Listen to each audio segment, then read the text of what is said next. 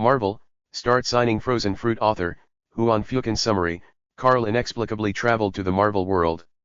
This is the Marvel world, a world full of disasters. Who knows, when you are sleeping at home, a green fat man might go crazy and smash everything, and by the way, implicate you in your sleep. There are even some aliens and even dimensional demons eyeing the earth. Even the human group is not safe. There are always mutants who want to be terrorists, and there are always villains who want to control or destroy the world.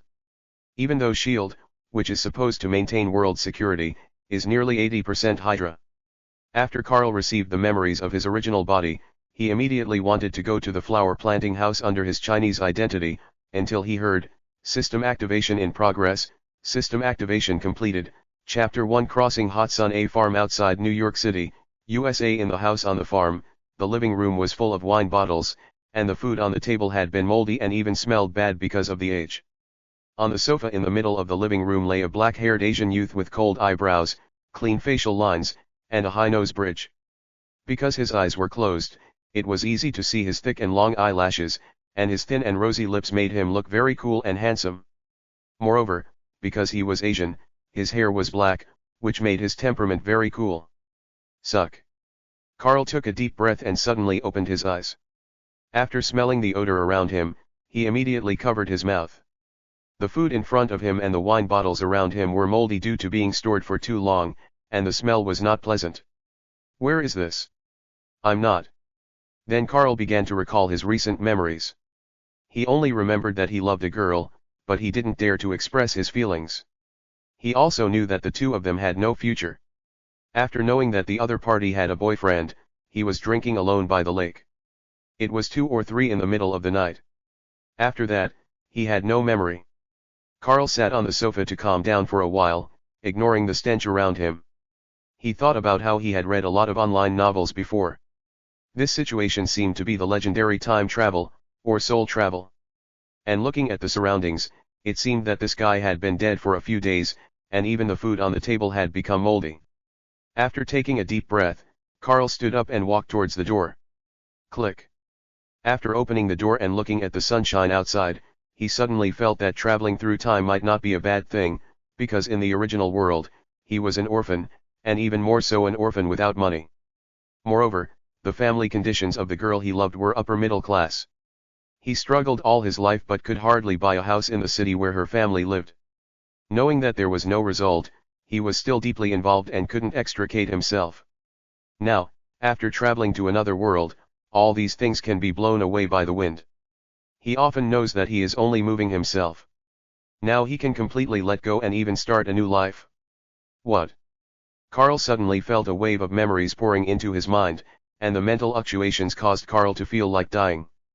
After all, the brain is the most vulnerable part of a person. At this moment, Carl felt that his head was about to explode, and he rolled on the ground holding his head. It was too painful, and it was something he couldn't control, until minutes later. Carl felt much better after his brain received this memory. Then he was able to check the memory that had just entered his brain. Carl was lying on the ground gasping for breath. At this moment, he had only one thought: it's great to be alive. After resting for a while, Carl slowly got up, walked to the sofa, and began to check his previous memory. When he sat on the sofa, he found that the memory contained the name of Tony Stark, and even the name of Steve Rogers, that is, Captain America, and even Osborn Enterprises and Stark Enterprises, and even some remarks of mutants. At the same time, he also knew the source of this memory. It was the original memory of the unfortunate person whose soul he had transferred to. Maybe because he had been dead for a few days, the memory he received was incomplete, but he knew the name of this body, Carl Augustin Jung. At the same time, he also knew why the original body died. To put it bluntly, he died of drinking. Because the real owner of the farm died, and then he was drinking alone at home, drinking the entire living room, nearly 95 boxes of wine, and even a lot of it was American Golden Ale, which has an alcohol content of up to %. It's hard for him not to die if he drinks like this. The dead man was Carl's adoptive father. Because his memories were incomplete, he didn't know how he was adopted, but he knew that he was the adopted son of the farm owner and that they had a very good relationship. His adoptive father, Jack Augustin, died in a car accident 7 days ago. He was only in his 50s. After Carl's adoptive father's funeral, he drank alone at home. Maybe it was alcohol poisoning or sudden death. Whatever the reason, he died on his own. After closing his eyes and being silent for a while, Carl rubbed his head and found his original body's phone, because he had to verify the names and images that appeared in his memory just now. After all, Tony Stark, Steve Rogers, Oscorp, mutants, these are all characters in the Marvel movies of his previous life. If he really traveled to the Marvel world. Then Carl found his original body's phone, charged it and turned it on. He searched for a while in the phone and his eyes became dull, because everything in his memory was real. He really traveled to the Marvel world. This extremely dangerous world is even a combination of some movie worlds. Isn't this a world where supervillains are everywhere and superheroes are chasing each other? There is even a mad titan who wants to destroy half of all living things in the universe. There are even mutants. After receiving the memories of his original body, he knows that he is not a mutant and does not have any special abilities. Carl gave a bitter smile. He knew that New York would be invaded by aliens soon, and as an ordinary person, he was simply waiting to die here. Carl cheered up and checked the time and found that it was 2008, the year when Iron Man was born and the year when the chaos in Marvel began. And now Iron Man has not appeared, which means Tony Stark has not gone to the Middle East, has not been kidnapped or even escaped. Thinking of this, he is ready to buy a ticket and run away. But he is just an ordinary person and does not want to stay in New York, which will be plagued by disasters in a few months, so he immediately prepares to go to that big eastern country. You have to know that he is Asian. Even though he grew up in America, he is still Asian. Plus, he was from an Oriental country in his previous life, so he naturally yearns for the East. And he remembers that when he watched Marvel movies, the East was the country with the least disasters, unlike America, because a joke in his previous life was not false, free America, gunks every day. Although Carl's English is now as good as his Chinese in his previous life due to the memory of his previous life, it is better to run away for the sake of his life. He is not sure whether he will travel through time if he dies again, because this time the travel is quite magical and he doesn't even know how he got there. Did he drink too much and fall into the lake? Carl shook his head and continued to pack up his things. These things were all from his previous life, but now that Carl had traveled through time, they naturally belonged to Carl. At this moment, a voice suddenly rang in Carl's ears: "System activation in progress, 40%, 60%, 100%. Activation completed." Chapter 2 System Activation. Carl's body trembled when he heard the voice, and he froze in place. If he heard it correctly, that voice was the system. Having read a lot of online articles, he naturally understood that it was the Golden Enger. He could even gain powerful strength. Carl couldn't help but think that maybe he didn't have to leave America. Ding! The system has been activated. You now have a chance to sign in. After signing in, you can obtain items, props, characters, creatures, and other things from all over the world. The characters who sign in will always be loyal to the host. The number of items obtained by signing in is random, and the sign-in time is random. Are you signing in now? Yes, sign in now.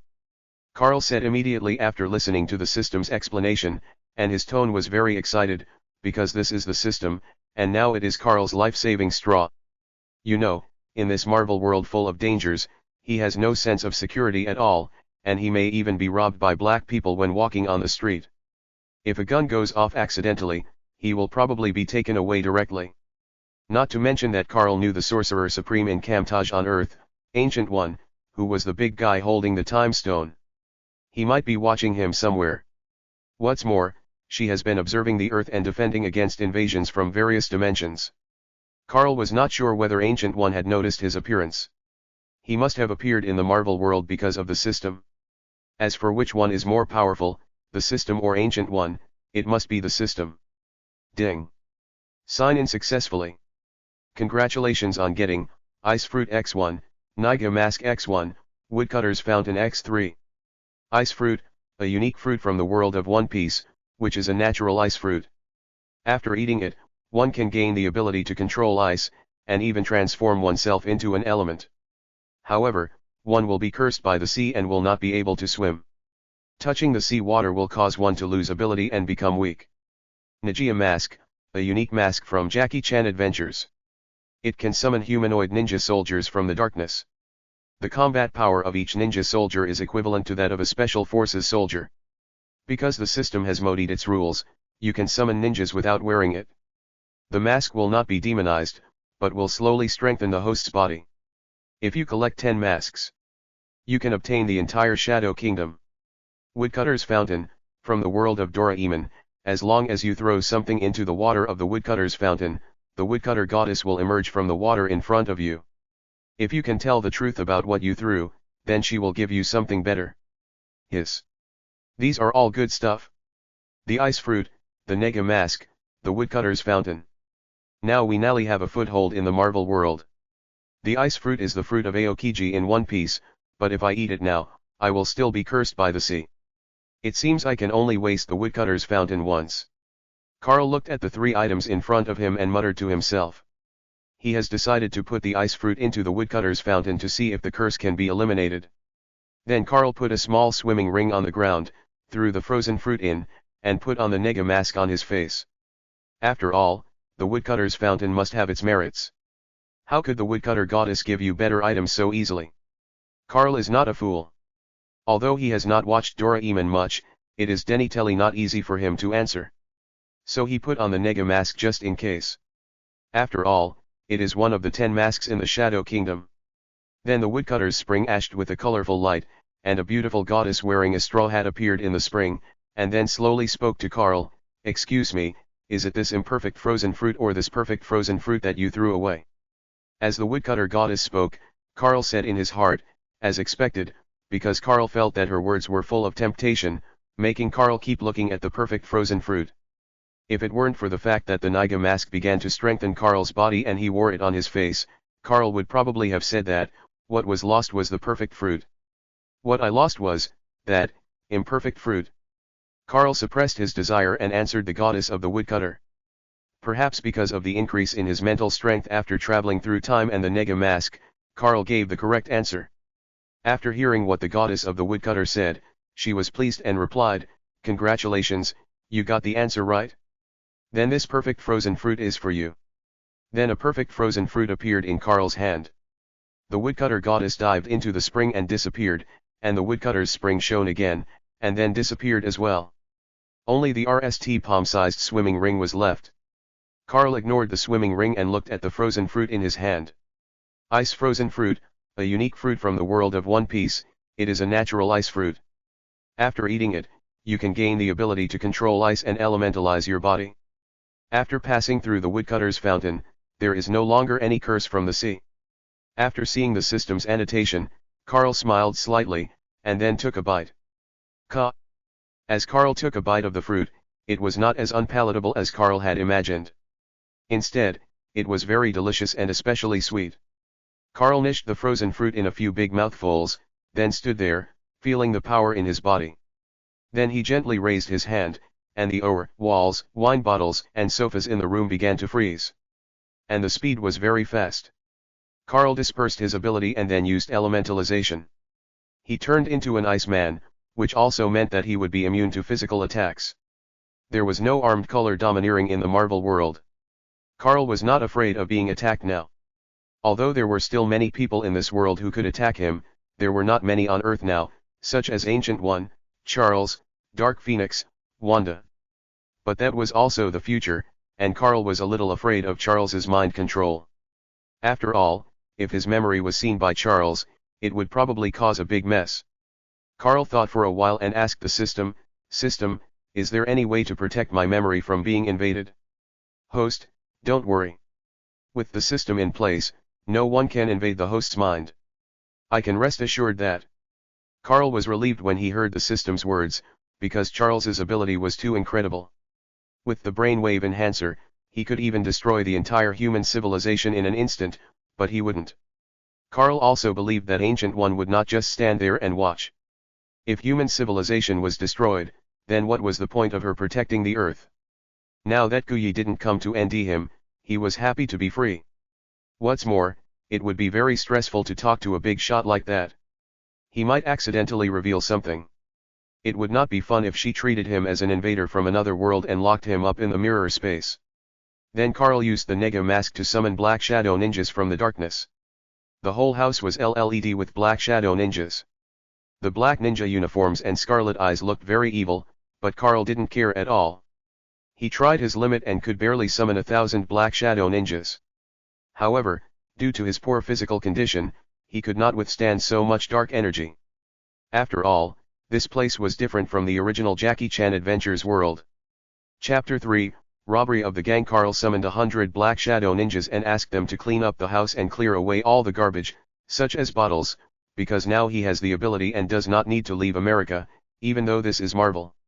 Although there are dangers, there are also opportunities. Although the Nega mask is slowly strengthening his physique, Carl feels that it is not enough, so he plans to plan some genetic enhancements for himself, and then walks into the bathroom. He entered the bathroom, took off his clothes, turned on the shower, and looked at the unfamiliar face in the mirror. Although it was much more handsome than his previous life, it also made him feel a lot of emotions. Not to mention that he was just an ordinary person struggling for a living before, but in the blink of an eye he came to Marvel and possessed a system and special abilities. After feeling the energy of the Black Shadow mask continuously strengthening his body, he found that the various muscles of his body began to slowly emerge, and lines began to appear on a series of muscles such as his abdominal muscles. Carl's mouth curled up slightly. Besides, who can refuse a perfect body? His muscles at this moment are not all bulging, but just the right amount of muscles. They do not give people a feeling of bursting, but have a different kind of beauty. When Carl came out of the bathroom, the black ninja had already cleaned the living room and other rooms. Carl looked at the extremely clean living room and smiled with satisfaction.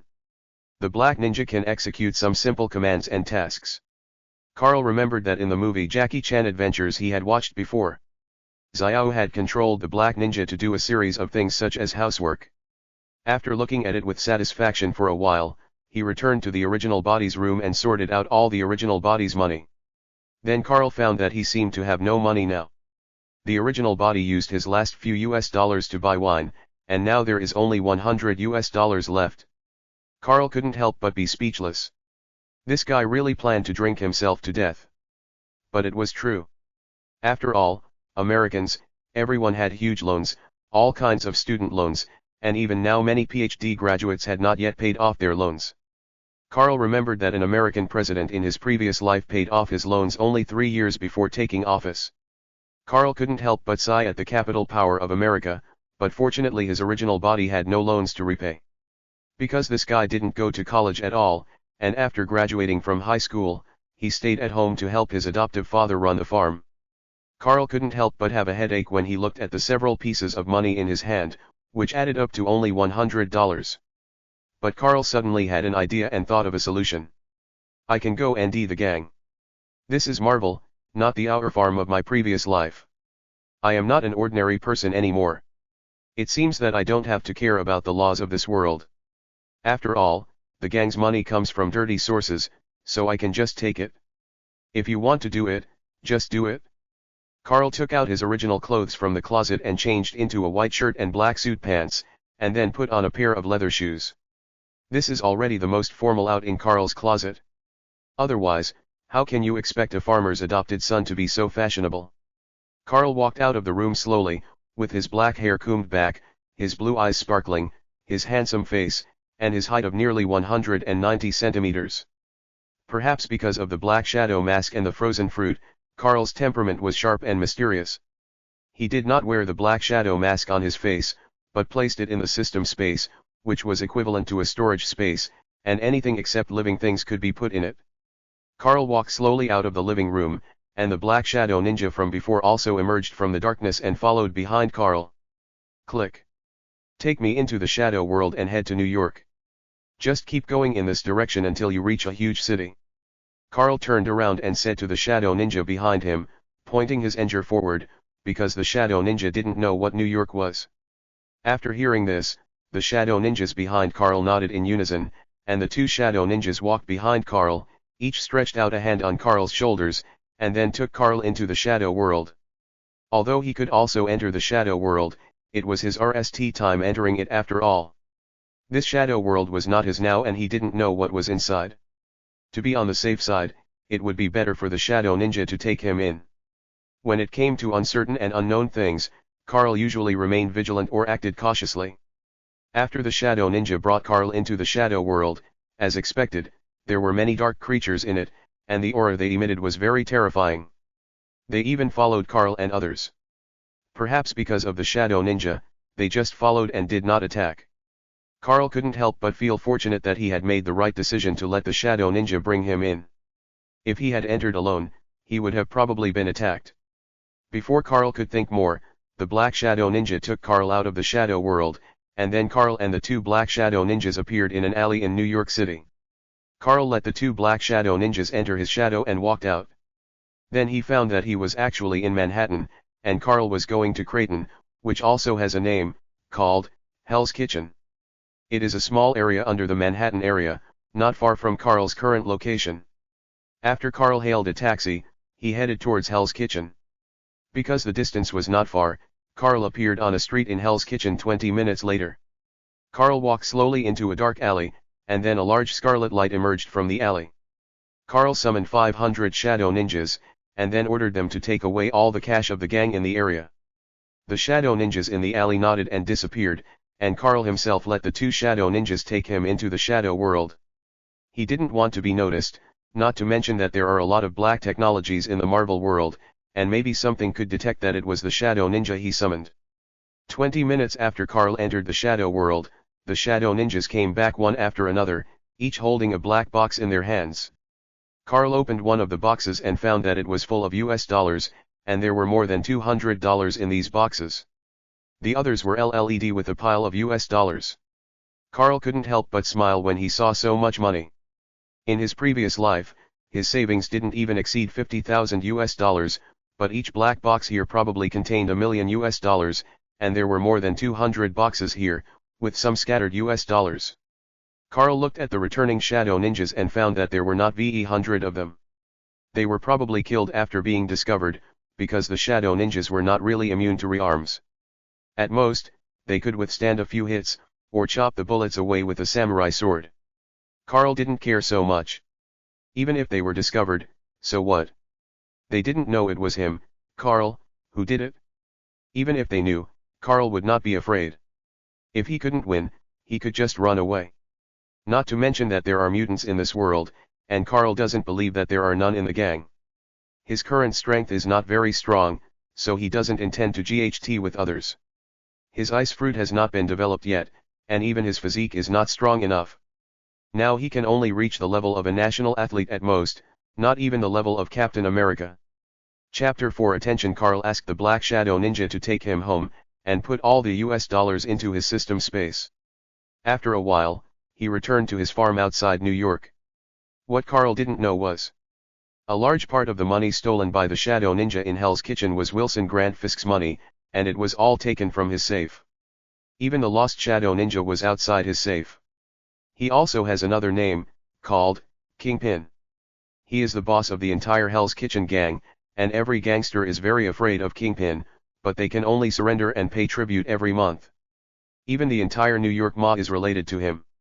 Kingpin sat on the sofa in his office, looking at the vault not far away with an unpleasant expression. Although this little money was not worth mentioning to him, someone actually entered the Fisk building openly and even stole his money directly and blatantly. This was simply a slap in his face. Boss, the loss is about 1.5 million US dollars, and we are not the only ones who have been robbed in Hell's Kitchen. They are just doing it for the money, not stealing against us. Bullseye walked up to Kingpin and explained nervously. I don't care who he is, ND him for me. I will let him know that my Kingpin's money is not so easy to get. After we ND him, let the mutants take action directly. Kingpin said to Bullseye in a deep voice, and even his tone revealed murderous intent. Yes. Boss. Bullseye replied with his head down and left. After Bullseye walked out of the office, he found that the clothes on his back were all soaked with sweat. Because of Kingpin's huge body, although he looked fat, 98% of his body was muscle, and he trained it himself. Not to mention that he had to do various ding battles and training every day. Facing Kingpin's momentum, Bullseye couldn't help but shudder in his heart. Although the movie sets Captain America as the pinnacle of human physicalness, the real one might not be Captain America, but Kingpin. What's more, Captain America has the protagonist's halo and vibranium shield so he can GHT anyone on equal terms, but his strength is not particularly strong, while Kingpin is 98% muscle. I don't know who is stronger between the two, but when it comes to physical toughness, it is undoubtedly Kingpin.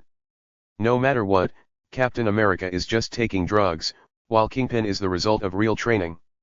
As Bullseye spread Kingpin's orders, the entire Hell's Kitchen and even the New York gangs began to look for suspicious people, not to mention that someone who could come and go from Fisk Tower at will, how could he be an ordinary person?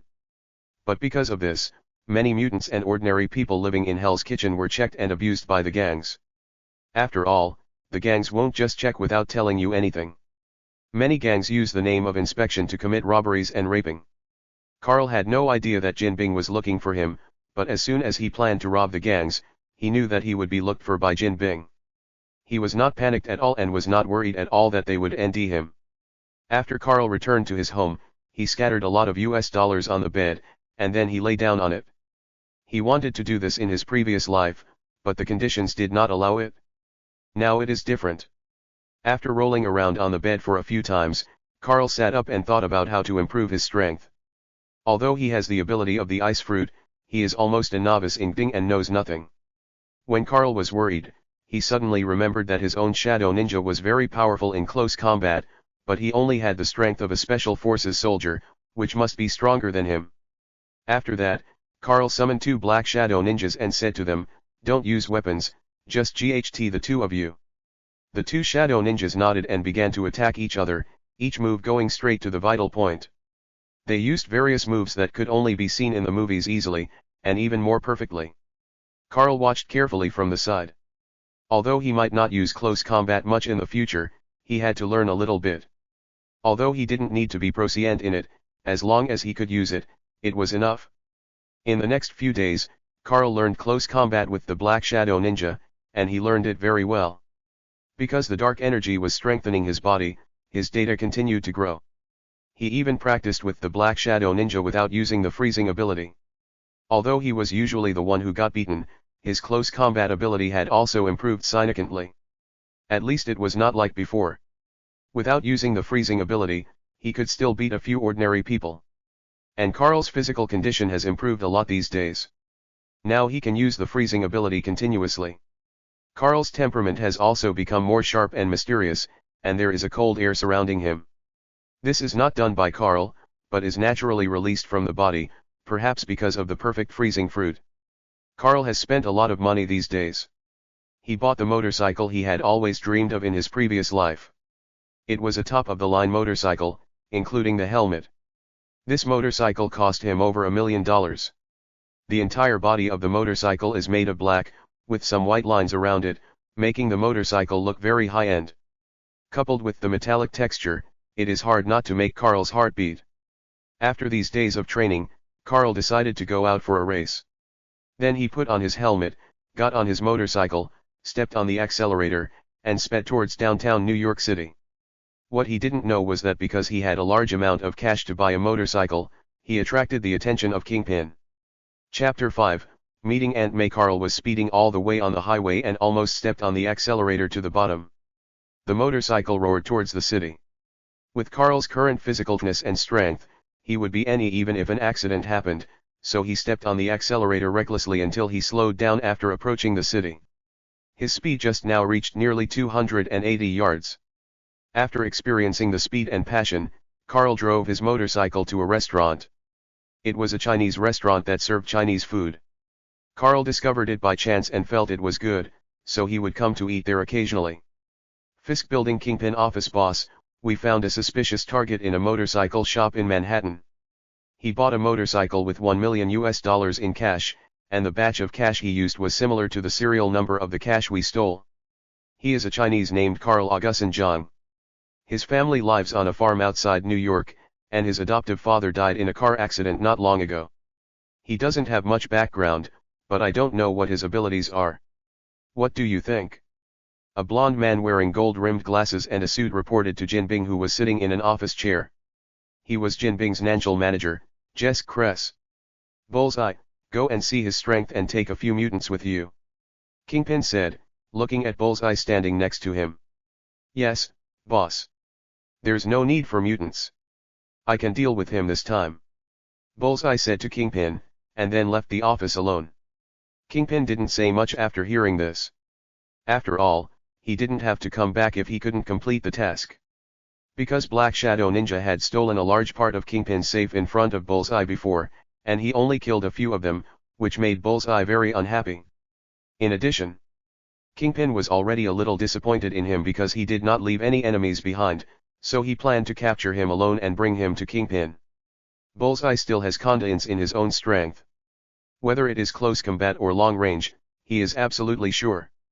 After all, according to the information, Carl is just a person with special abilities. Without life and death struggles and systematic training, he can't become a great man. You must know that what Bullseye throws can hit the target, almost 30% of the time. And the power is so great that he can even kill people with a toothpick from meters away. It was easy for him to take down a man who had strength but no skills. After all, he subdued most of the mutants under Kingpin, and he believed that Carl would be no exception. Carl had just finished dinner and was riding his motorcycle slowly in the city, not knowing that a crisis was approaching until he suddenly saw a familiar girl next to a park. Carl stopped and thought for a while, looking at the charming young woman with a little boy of 6 years old not far away. The more Carl looked, the more familiar he felt. Isn't she May Parker? Spider-Man's Aunt May. In that case, the one next to him must be Spider-Man. Carl looked through the helmet at Peter Benjamin Parker, who was probably only 6 years old. Carl vaguely remembered that he gained all kinds of abilities after being bitten by a spider from Osborn Industries. According to the plot, if Peter is now with Aunt May, then his parents are dead, which means that the spider serum has been developed, but the serum can only be injected with the blood of the Parker family to gain various abilities. Carl couldn't help but be speechless at Richard Parker and his wife. They used Osborn Industries laboratories, funds, and resources, and were even classmates with Norman Osborn. They also knew that this was used to cure the Osborn family's genetic disease, but they ran away with the key formula and even locked the formula to his own genetic code. Was it because Osborn Industries wanted to manufacture biological weapons? He didn't even care about the consequences of their escape, and even gave his son directly to Aunt May and the others, without considering whether they would be implicated. He took other people's funds and resources, and after conducting research, he ran away with the formula for his own heroism. Why didn't he just blow up Stark Corporation? After all, Stark is the leader of the arms company, and Carl has no good feelings towards them. In the plot, Richard Parker seemed to have given the key formula to Peter Parker, but he didn't know about it and put it in a black briefcase. Carl was wondering whether he should follow them to ND the black briefcase himself. After all, spider serum is a good thing, especially spider sense. As for the locked genetic code, Marvel has many biologists who are better than Richard Parker. As long as he gets the information, he will always ND a way to unlock it. Brush. Boom. A metal dart-like object shot towards Carl from behind. When it was about to hit Carl, it was blocked by the Black Shadow Ninja in Carl's shadow, and the dart was directly knocked away. Carl also reacted at this moment and realized that someone was attacking him. He immediately jumped out of the car and leaped behind a big tree. Recalling the scene just now, Carl couldn't help but tremble. If he hadn't let the two shadow ninjas enter his shadow before, he would have been hit this time. He took off his helmet and took a deep breath. He immediately activated the elementalization and walked directly out of the bunker and walked in the direction where the dart was shot just now. There were even some pairs of scarlet eyes ashing in the dark places around him. He rushed to that place. Chapter 6 Bullseye's attack. Carl walked slowly in that direction with a gloomy face, and the shadow ninja was already ding with the opponent. Carl walked while thinking about who it could be. Carl looked at the motorcycle behind him and understood instantly, because there are not many people who can and will use $1 million in cash to buy a motorcycle, not to mention that he is just the son of a farmer. How could he have so much money? Thinking of this, Carl couldn't help but sigh that he was still too young. If the money was transferred from a bank, it would not be discovered at all. However, it seemed that if I took a large amount of cash to deposit money, I would be noticed. Carl couldn't help but smile bitterly, then quickened his pace, and soon came to the place where the dart was shot just now. A dozen Black Shadow Ninjas were ding with a man with a target-shaped tattoo on his forehead. Carl recognized the man, Bullseye. He was the #1 killer under Kingpin. He didn't expect it to be him. While Carl was thinking, Bullseye killed several more Black Shadow ninjas. Carl raised his eyebrows. Besides, the Black Shadow ninjas were not weak. He didn't expect that the darts thrown by Bullseye could kill the Black Shadow ninjas directly. Boom. Brush. As Bullseye continued to throw the darts in his hand, all the Shadow ninjas that hit were eliminated. Carl's eyes ashed blue when he saw this. Carl used his ability to create ice cones and controlled them to shoot towards Bullseye at an extremely fast speed. Ding ding ding ding. Although Bullseye was quite skilled and had to distract himself from hitting the Black Shadow ninjas and avoiding the ice cones, he managed to avoid most of the ice cones. However, 2 ice cones still pierced Bullseye's body, and the remaining Black Shadow ninjas immediately put their samurai swords on his neck and subdued him. Carl slowly walked towards Bullseye, who had been subdued by the Black Shadow ninjas. With every step he took, an ice lotus pattern would bloom under his feet, and the temperature around him was dropping rapidly. Even the surrounding walls were frozen. Carl walked up to Bullseye and slowly said, "Kingpin asked you to come, didn't he, Bullseye?" "How could you, so what? You stole the boss's safe. Even if you kill me, someone else will come looking for you." Bullseye was surprised and wanted to ask Carl at RST, and then he was silent for a while, and slowly said to Carl that although he didn't know how the other party knew his name, he had failed now, and even if the other party let him go, Kingpin would not let him go. After that, Bullseye was silent. Brush. Click. While Carl was looking behind him, Bullseye shot a short silver needle from his mouth, aiming at Carl's heart. He succeeded, but Carl still looked at him expressionlessly. Then he took out the short silver needle in front of him. After taking it out, Carl was and didn't even bleed. In Bullseye's incredulous eyes, he raised his hand and pierced Bullseye's head with an ice cone. Then turned and walked out. The Shadow Ninja who was escorting Bullseye just now also returned to the Shadow World. Carl just used elementalization, but facing such a person who is always on the edge of a knife, he might fail if he is not careful. Carl kept using elementalization while talking to Bullseye. Carl returned to the motorcycle and picked up the helmet not far away. He had to prepare well now, and being targeted by Kingpin was not a good thing. Although he was the one who stole the other party's money RST, Carl did not think he was a good person, and Kingpin's money was not clean money. Carl stepped onto the motorcycle and found that May Parker and Peter Parker were no longer in the park. Carl had decided to get the spider serum. After all, if he had spider sense, then Bullseye's 2 sneak attacks would not have been successful. Carl could even counter-attack the opponent in the RST place. Carl then started driving towards Queens.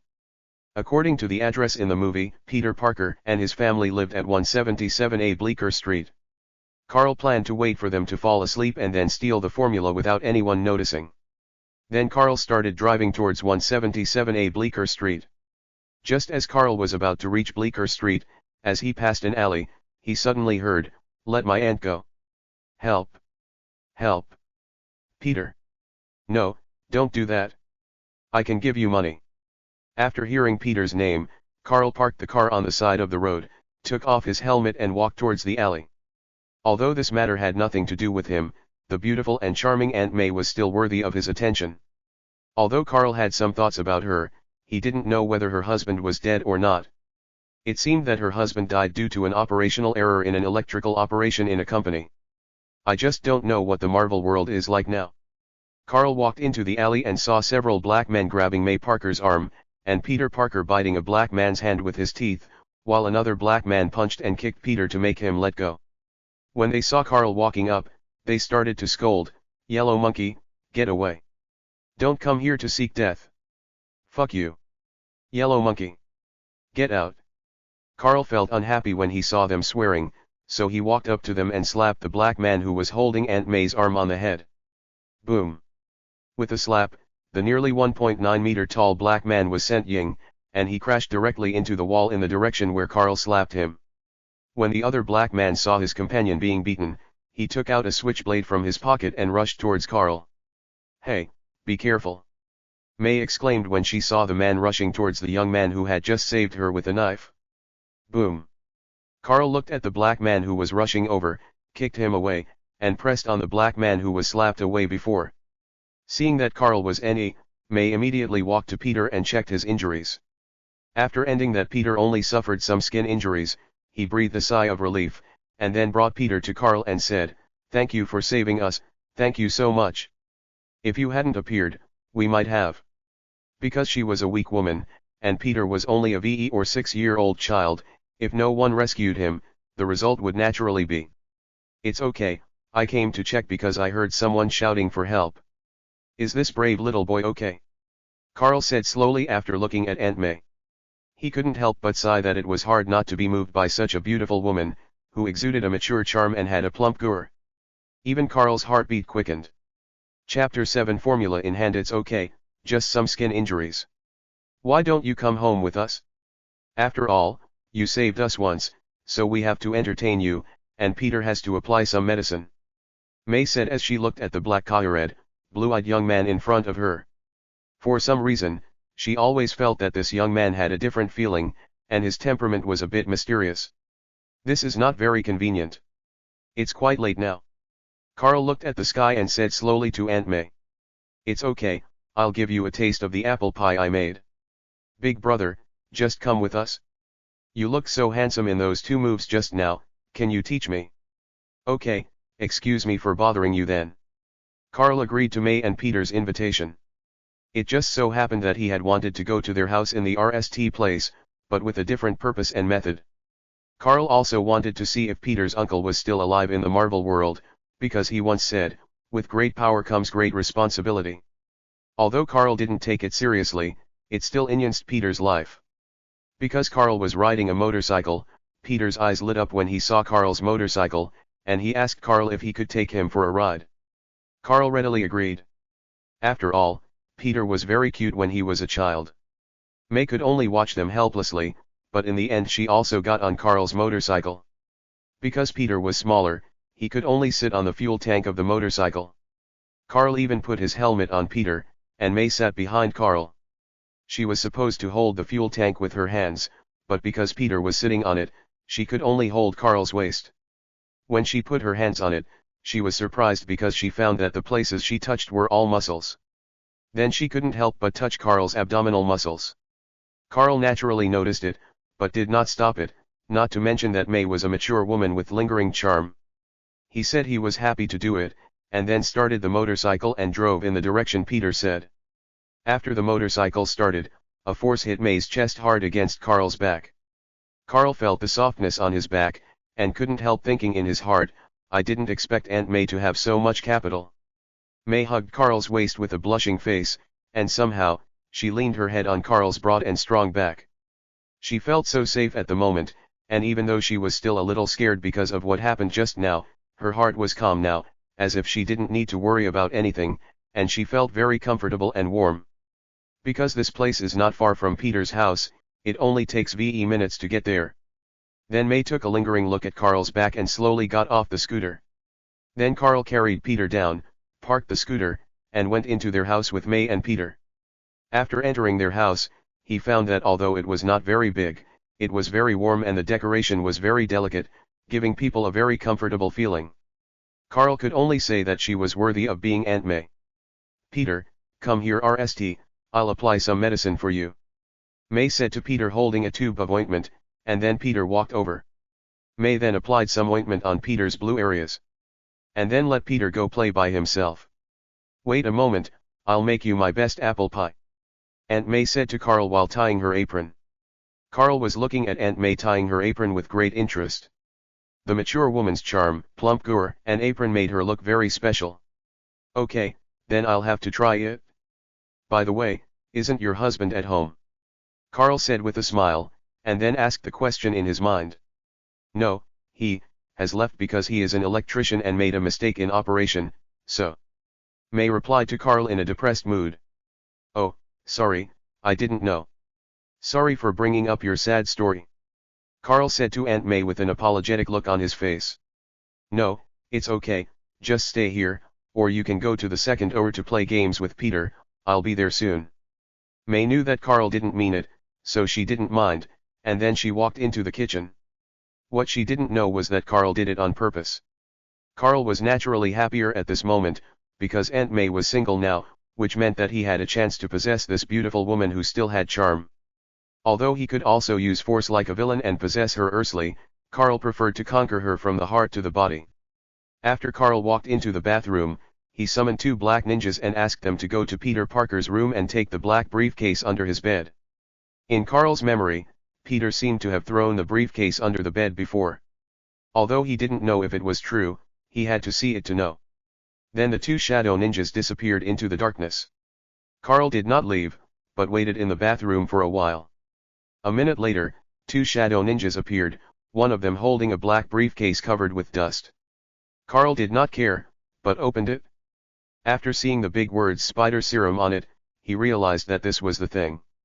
Then he put it into the system space and put the two shadow ninjas into his own shadow. Because of the previous incident with Bullseye, Carl now has 100 shadow ninjas on standby in his shadow at any time, and they will even automatically block attacks for Carl. After finishing all this, Carl returned to the living room and sat on the sofa, drinking the drink that Aunt May had just given him, and then waited to taste Aunt May's cooking. 20 minutes later, Aunt May came to Carl with an apple pie and cut a piece for him to try. Carl felt it was good after taking a bite, and nished the apple pie on the plate in no time. Aunt May smiled knowingly when she saw that Carl liked what she made.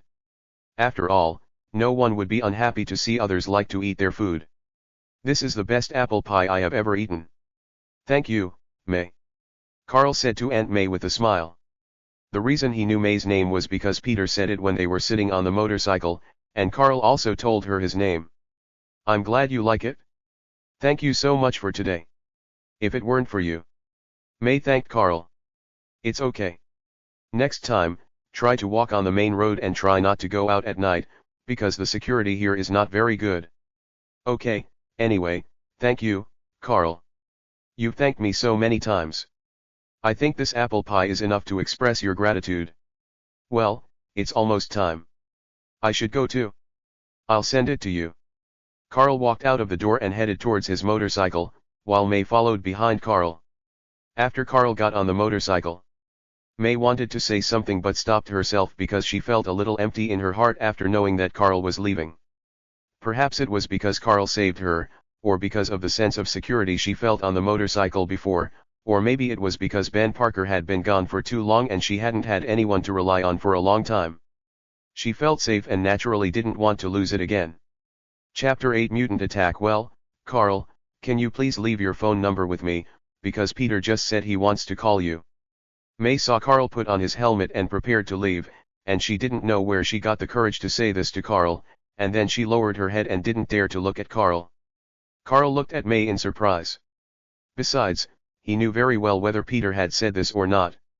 Although Carl did not show it on his face, he was already very happy in his heart, because even if May had not said this, he would have got Aunt May's cell phone number. "Okay, remember this." After Carl finished speaking, he looked at Aunt May meaningfully, and then rode away on his motorcycle. May stared at Carl's back as he left, and thinking of her actions just now and Carl's meaningful look, she couldn't help but blush for herself. After all, Peter went back to the second hour to play games after applying the medicine, so how could he have said this? Thinking of this, she knew she was exposed, and Carl didn't refuse. May didn't know how to describe her feelings for Carl. She felt safe and secure being with him. It was impossible to say that she loved him, after all, they had only met once. But she didn't like him to the extent of liking him, maybe just a slight liking for him. What's more, she had to take care of Peter alone since Ben left. Although there was some compensation after Ben's death, it was not enough for her to squander without restraint, not to mention that Peter still needed money for school and other things. So May was still under a lot of pressure. Now she just did some handmade needlework for others to earn money, and even had to pick up Peter after school. The sense of security that Carl suddenly gave her went straight to her heart, and she could not forget it for a long time. Carl was now driving his motorcycle towards his home, but he was in a very happy mood at the moment, which made him turn the accelerator to the bottom. The motorcycle left a white gur on the road and disappeared at a very fast speed. After Carl returned home, he felt something was wrong, because he remembered that he had clearly closed the farm door before, and there were wheel marks around that did not belong to Carl's motorcycle. After Carl stopped the car, hundreds of black shadow ninjas appeared around and quickly sneaked towards the house in the farm. An hour ago Fisk building boom. Waste. Didn't he say he could handle it, but he still died at the hands of that brat? Call the mutants. All of them. Kingpin slapped the desk in front of him angrily, and the desk was broken in half by him. Then he ordered his men next to him viciously. "Yes, boss." Jesker Kress next to him said this respectfully to Kingpin and then left. He sent out all the mutants and went directly to Karl's farm, ready to wait for the opportunity.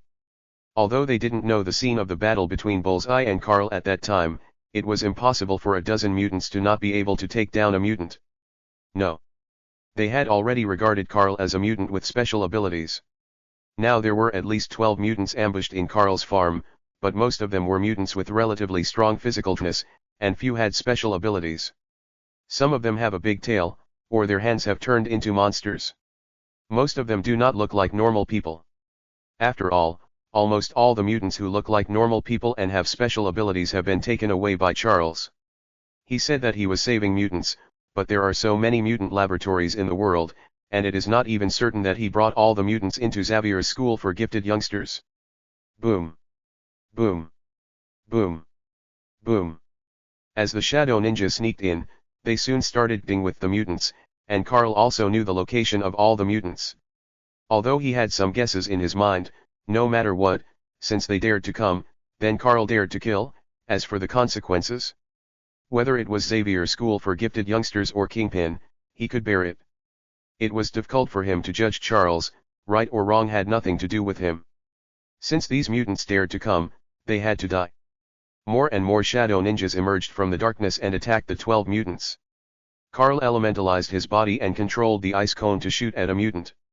In Karl's anger, Karl began to use the ability of the ice fruit without consuming it, and directly pierced the mutant into a hedgehog, and even pierced the opponent's body. After dealing with this one, Karl continued to attack another mutant, killing one after another. They were not mutants with special abilities and could hardly escape the fate of being killed by Karl. They were just some mutants with physical mutations. Even the Shadow Ninja could hurt them, not to mention the Shadow Ninja's innate resurrection, which would only consume Karl's physical strength. After killing all the mutants, Karl asked the Shadow Ninja to drag all their bodies into the Shadow World and feed them to the creatures in the Shadow World. Karl thought for a while and decided to charge towards Fisk Building after he recovered. Now that they have found this place, it would be bad if Aunt May and the others were implicated, so they might as well get rid of Kingpin as soon as possible. Then he walked back to his house and sat on the sofa thinking. Karl was thinking about who could crack the formula of spider serum and make it. He himself was just a poor student and couldn't do anything, let alone cultivate super spiders. It would be better if you asked him to steal it. Several names ashed through his mind, but he gave up. It was impossible to control these people without special means. Karl suddenly thought of the genes researched by Stark Industries, but it seemed that the side effects were too overbearing and were then sealed by the military.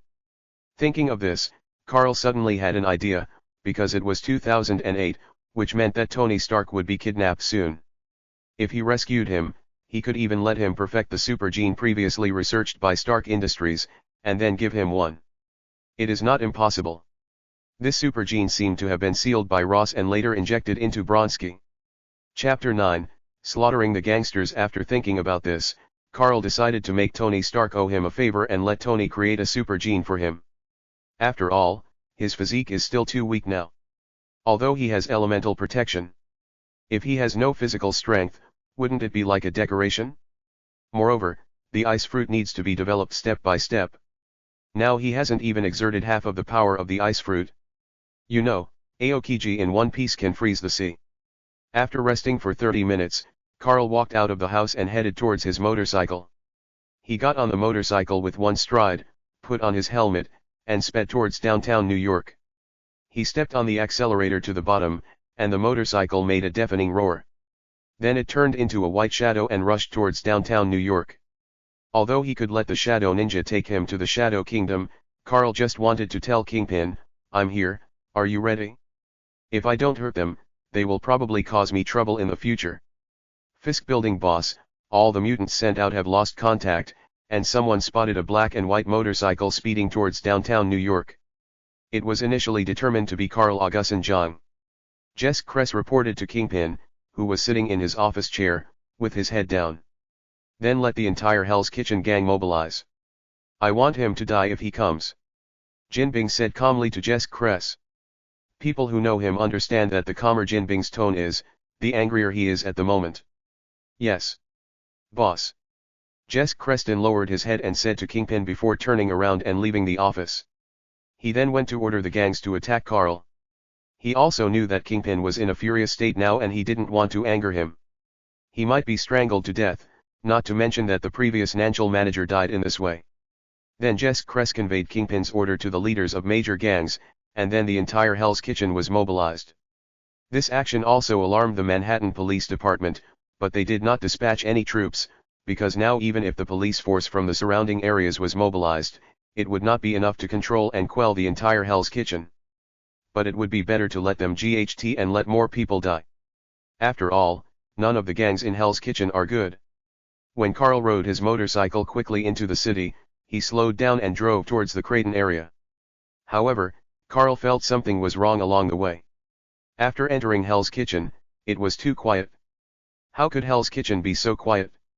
Carl looked around vigilantly and released several shadow ninjas to explore the way. After receiving the information sent back by the shadow ninjas, he learned that Kingpin had already asked the major gangs to prepare to snipe him. Even if he enters the street ahead, he will be beaten into a sieve by hundreds of gang members holding various weapons. Carl sneered, then got off the motorcycle and put it into the system space. Black shadow ninjas continued to emerge behind him. Soon, nearly 500 black shadow ninjas appeared behind Carl, and Carl stood in the middle, slowly walking towards the street ahead, and the black shadow ninjas behind him also followed Carl to the front. At this moment, Carl looked more like a gangster than them. If Carl had a slicked back hair and gold-rimmed glasses, he would be a gangster boss and a gentleman. Carl led the Black Shadow Ninja towards the gang not far ahead, and he and the Black Shadow Ninja behind him formed a huge momentum, directly attacking the gang members of Hell's Kitchen. Fire! Someone shouted. And then gang members of all colors began to shoot in Carl's direction. There were all kinds of weapons, pistols, rifles, submachine guns, and heavy weapons. After all, if the commotion was too big, Kingpin himself would be in trouble. Not to mention using heavy weapons in New York, he would be immediately held accountable by his backers. If he wanted to sit on the position of underground overlord, he couldn't just rely on his muscles. Without some connections, he would have been killed long ago. Da-da-da-da. Bang bang bang dash. Carl calmly raised his right hand, which was ashing with blue light, and then a wall of ice suddenly condensed in front of him, blocking all attacks. Carl turned his head slightly, and all the shadow ninjas disappeared on the spot. 3 seconds later, a scream came from the front. What? What is this? Ah! Fuck it! Ah! Bang! Why can't he be killed? 5 minutes later, all the gang members in front were killed by the Black Shadow Ninja. Then Carl looked at the surveillance camera not far away and smiled. This picture happened to be the surveillance camera of Kingpin monitoring the battlefield, and Carl's smile was also seen, as if he was mocking Kingpin's incompetence. Although he was already furious in his heart, he couldn't help but be surprised at the other party's strength. The other party didn't even do it himself, and relied on those ninjas to kill everyone. He now had doubts as to whether those ninjas were from the Shuawakai, but he denied these thoughts after seeing that those ninjas could emerge from the darkness, because the Shuawakai ninjas could not do that. Even if they could, how could they be sent to steal his little money? Although the Shuawakai was not richer than him, Jin Bing, they were not poor either. But Jin Bing was wrong. The Hand and the Society were much richer than Jin Bing. After all, the Vengers had lived for hundreds of years. How could they not be richer than the boss of an underground gang? For the Hand and the Society, except for dragon bones or things that increase lifespan, they were not interested in anything else. They didn't even take Jin Bing seriously. In their eyes, Jin Bing was just an ordinary person who was a little stronger. Then Carl walked towards the Fisk building, and he was surrounded by Black Shadow Ninjas. Any gang organization he encountered was slaughtered by the Black Shadow Ninjas. This scene also attracted the attention of SHIELD, and now they are still called, Strategic Homeland Defense Attack and Logistics Support Agency. Director, maybe you should take a look at this. Mary Jane Hill said to the one-eyed black man next to her who was wearing a black leather jacket and leather pants. He is the current director of SHIELD, Nick Fury. He also has another name, Damn Fuck Man. Then Nick Fury took the tablet handed over by Mary Jane Hill and started to check it. The video playing on it was the scene of Carl leading the Black Ninja to slaughter gang members. There was even a scene of Carl using the ability of the ice fruit and the Black Ninja emerging from the darkness. Chapter 10 Jin Bing, Die. Chief, his name is Carl Augustin Zhang. He is an Asian. He was adopted by a farmer in the suburbs of New York when he was a child. He only has a high school education and has never been to college. The farmer died in a car accident 25 days ago. After that, he bought a lot of wine and drank it alone at home. After that, there was no news until a few days ago when he spent $1 million in cash to buy a motorcycle. After that, he seemed to have saved a woman and a child, and his cash seemed to be the ones that were lost by the major gangs in Hell's Kitchen some time ago. His currently known abilities include summoning ninjas and freezing abilities. Hill looked at Nick and slowly told him Carl's information. Classify his information as level 8 confidential, and call back Natasha Romanoff. Her vacation is over. Ask her to contact this Carl and see if he can be used by us. Nick looked up and ordered Hill. Yes. Chief, but I don't recommend that we use him. What's more, he RST stole, and then he controlled those ninjas to kill people without even blinking an eye. This man is too cold-blooded. I'm afraid. Hill said to Nick, and expressed his opinions and concerns. Hill, didn't he save a woman and a child? And he killed all gangsters. You and I know what the gangsters in Hell's Kitchen are like. At least he can distinguish right from wrong. Let's get in touch with them RST. Besides, we are not pushovers. Nick explained to Hill indifferently, because Hill's worries were not useless, but Nick had absolute confidence. After all, S.H.I.E.L.D. has absorbed quite a few people with special abilities over the years. Yes. Director. Carl didn't know at the moment that S.H.I.E.L.D. had noticed him. Even if he knew, he wouldn't care. It was only a matter of time before S.H.I.E.L.D. found out, unless he hid in the mountains. In that case, he might as well go to grow hours. Not to mention that he didn't know how to trigger the sign-in in the system. He could only try to see if participating in the plot would trigger the sign-in, or if he needed to wait for some time to trigger the sign-in. And now he has brought the Black Shadow Ninja to the Fisk building, which is the Kingpin's lair. Kingpin also took out heavy weapons, including machine guns, RPGs, Gatling guns, and even a small missile. Kill. Carl looked at the scene and couldn't help shaking his head and laughing. Kingpin, you are not scared. Are you? As Carl's voice fell, the shadow ninja behind him disappeared behind him, and the next second he appeared directly behind the gangsters of Fisk building. The samurai sword pierced the gangsters in suits, and they were almost wiped out before they even used their weapons. Carl walked slowly from not far away and went directly into Fisk building.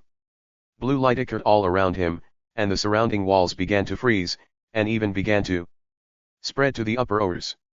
All the gang members who came into contact with the ice had their feet frozen.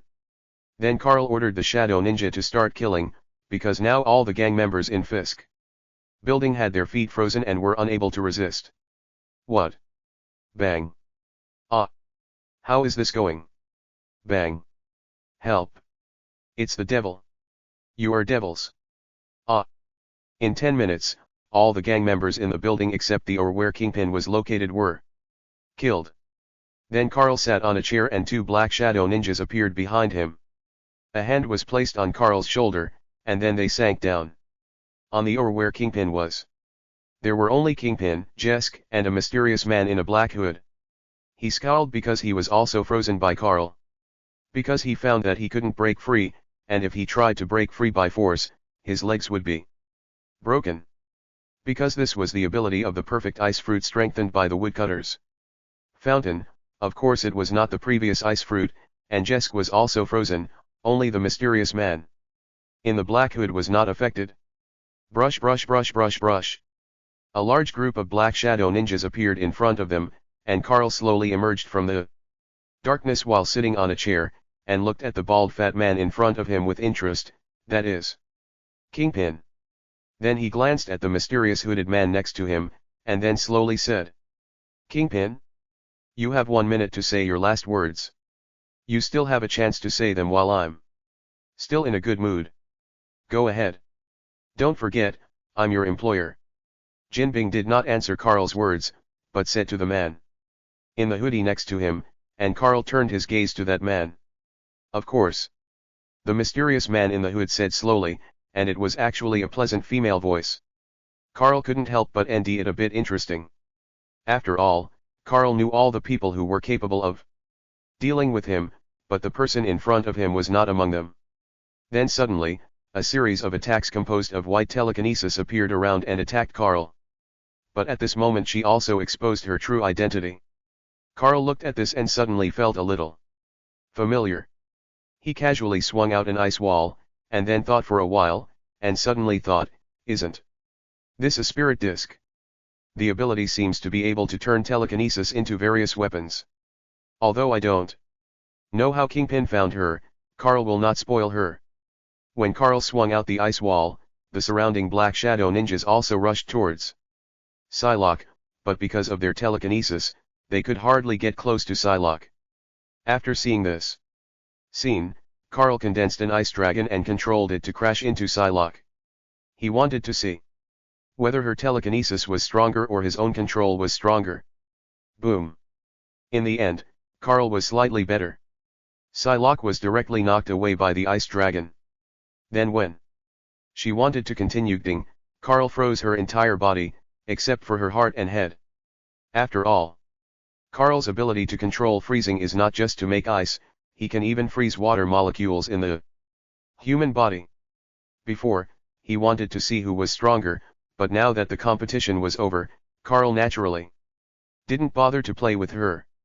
He then walked in front of Kingpin, condensed an ice sword in his right hand, and stabbed it directly at Kingpin. Boom. Kingpin actually dodged it by rolling over. Unexpectedly, while he was getting with Psylocke, he shot at the ice below with his pistol, and then he broke free from the ice under his feet. Kingpin took his walking stick and immediately launched a spiritual attack on Carl, but Carl knew that he would not be his opponent in close combat, so how could he GHT him in close combat? He slowly raised his right hand, and then sprayed a stream of ice mist at Kingpin. 3 seconds later, Kingpin turned into an ice sculpture. Carl circled around Kingpin and saw that the thumb of Kingpin's right hand holding the cane was already on the switch of the cane. He knew that Kingpin's cane could emit a laser, which is why Carl decided to freeze him directly. Although he might not be in any danger, he didn't want to ruin his clothes. Then he slapped the ice sculpture with his right hand, and it shattered, and the underground overlord Jin Bing died. Chapter 11 Black Widow attacks. Carl looked at the ice sculpture fragments under his feet with an expressionless face. If Carl hadn't come so suddenly, King would not have been killed by Carl so easily. After all, it had only been an hour since King sent the mutants to attack Carl. He didn't even gather all his forces, but only let the gangsters in Hell's Kitchen stop or kill Carl. After all, the Dark World is not only about gangsters, killers, mercenaries, etc. are all standard equipment of the Dark World. Not to mention that as long as he was willing to spend money, there would be a large number of mutants working for him, but there is no regret medicine in the world, and in the end he still died at the hands of Carl. Carl turned around and looked at Psylocke, who was frozen by him. Carl thought for a while, with a blue light ashing in his eyes. The heart and brain in Psylocke's body were directly frozen by Carl, and she was frozen to death by Carl. Carl slowly walked out of the door of Kingpins of CE. And the moment Carl stepped out of the door, the remaining Jess Kress in the of CE had his head cut off by the Shadow Ninja behind Carl. Then 2 Shadow Ninjas appeared behind Carl, took Carl into the Shadow World, and appeared from the ground of Fisk Building. Carl took the motorcycle out of the system space, put on his helmet, stepped on the accelerator and left without even destroying the surrounding surveillance. Carl knew that he had caused such a big fuss, and the major American departments and S.H.I.E.L.D. must have known about it, so there was no need to hide it. Carl couldn't say much about S.H.I.E.L.D., although they monitored the people with extraordinary abilities on Earth and their RST goal was to maintain world security. But let's not mention that 80% of the entire department are Hydra. The contribution of S.H.I.E.L.D. is naturally indelible, but it is only based on the overall situation of the Earth. S.H.I.E.L.D.'s attitude towards ordinary people is relatively tough. They will not waste time talking to you. And Carl doesn't believe that even without Hydra, S.H.I.E.L.D. will be clean. Carl doesn't like being supervised. As for joining S.H.I.E.L.D., he never had this idea. He was not even interested in the Avengers they had prepared. After all, he was not a hero, and the price of being a hero was very high. Even if he had the Black Shadow Ninja, he could not guarantee that he could guarantee the safety of the people around him 100%. Although he didn't have it now, he would have it sooner or later. So if S.H.I.E.L.D. pissed him off, Carl wouldn't mind exposing Hydra's secrets in advance, or killing the damn fuck man. With the Shadow Ninja, Carl could easily enter S.H.I.E.L.D.'s headquarters, even Nick Fury's of CE. Carl drove his motorcycle at full speed towards his farm, and when he passed Queens, several pairs of scarlet eyes behind him blended into the night and disappeared. Carl sent VE Shadow Ninjas to where Aunt May and Parker were to protect their safety. Although there was nothing between him and Aunt May now, it would be bad if S.H.I.E.L.D. or other forces threatened him with Aunt May and Parker. Because he had been to Aunt May's house. The Shadow Ninja will hide in their shadows and will only come out when they are in mortal danger. And transfer the two of them at the RST possible moment. Even if Carl and May have no contact in the future. It is not good to be involved in some incidents because of Carl. He also took the formula of Peter's father, so he owes them a little bit. Carl has no mercy on the gangs or the dark world. But May and Parker. Carl can't do it, and these VE ninjas are just an insurance. After Carl returned to his farm, he released 100 Black Shadow Ninjas to lurk around the house.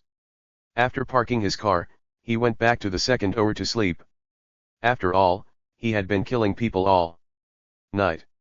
Although he did not do much, it was not pleasant to see the Black Shadow Ninjas slaughtering nearly 3,000 people with his own eyes. Carl was just a worker some time ago.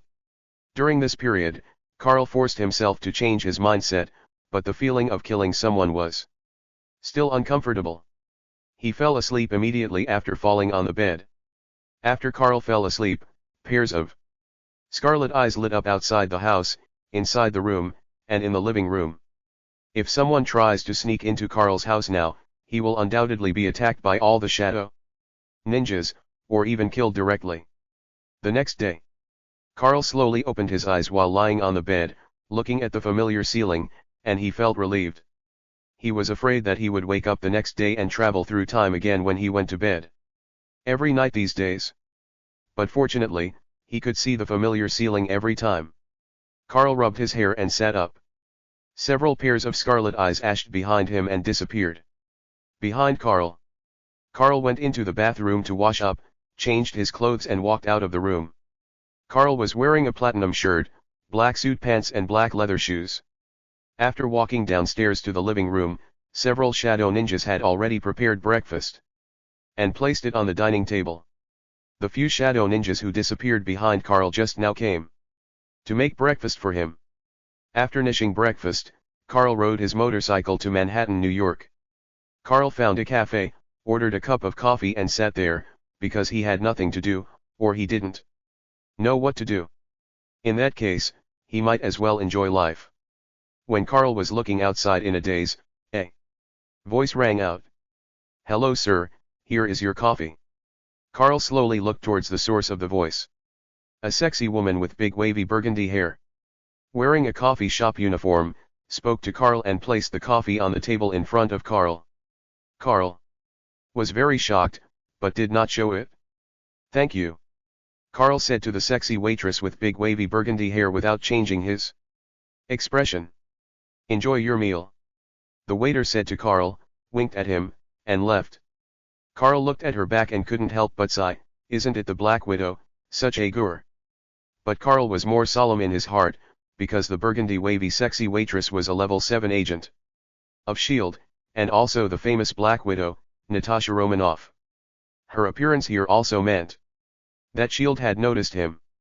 Carl glanced at the coffee on the table. "Do you dare to drink the coffee made by the Black Widow?" Anyway, Carl didn't dare. Natasha was also observing Carl, who was staring at the street outside, at the bar, intentionally or unintentionally, and Carl naturally knew it. Chapter 12, Date with Aunt May. Carl thought about Natasha's face, and sexy body, but Carl was not interested in her. After all, she was from the same period as Captain America. And she was probably 80 years old if not 90 years old now. Moreover, Natasha would always use seduction when performing missions. It was not that Carl was slandering her in his heart, but that she probably didn't even know how many men she had. Although Carl didn't particularly mind whether it was the RST time or not, this is simply a gene pool. Carl had no interest in her at all, but she was a nice person. In the movies he watched in his previous life, she always cared about the status of the various members of the Avengers, and even said herself for the Soul Stone in the end. Everyone has their own way of living. Although he has no interest in her, he doesn't hate her either. While he was reminiscing and thinking, Carl's cell phone suddenly rang. Ding.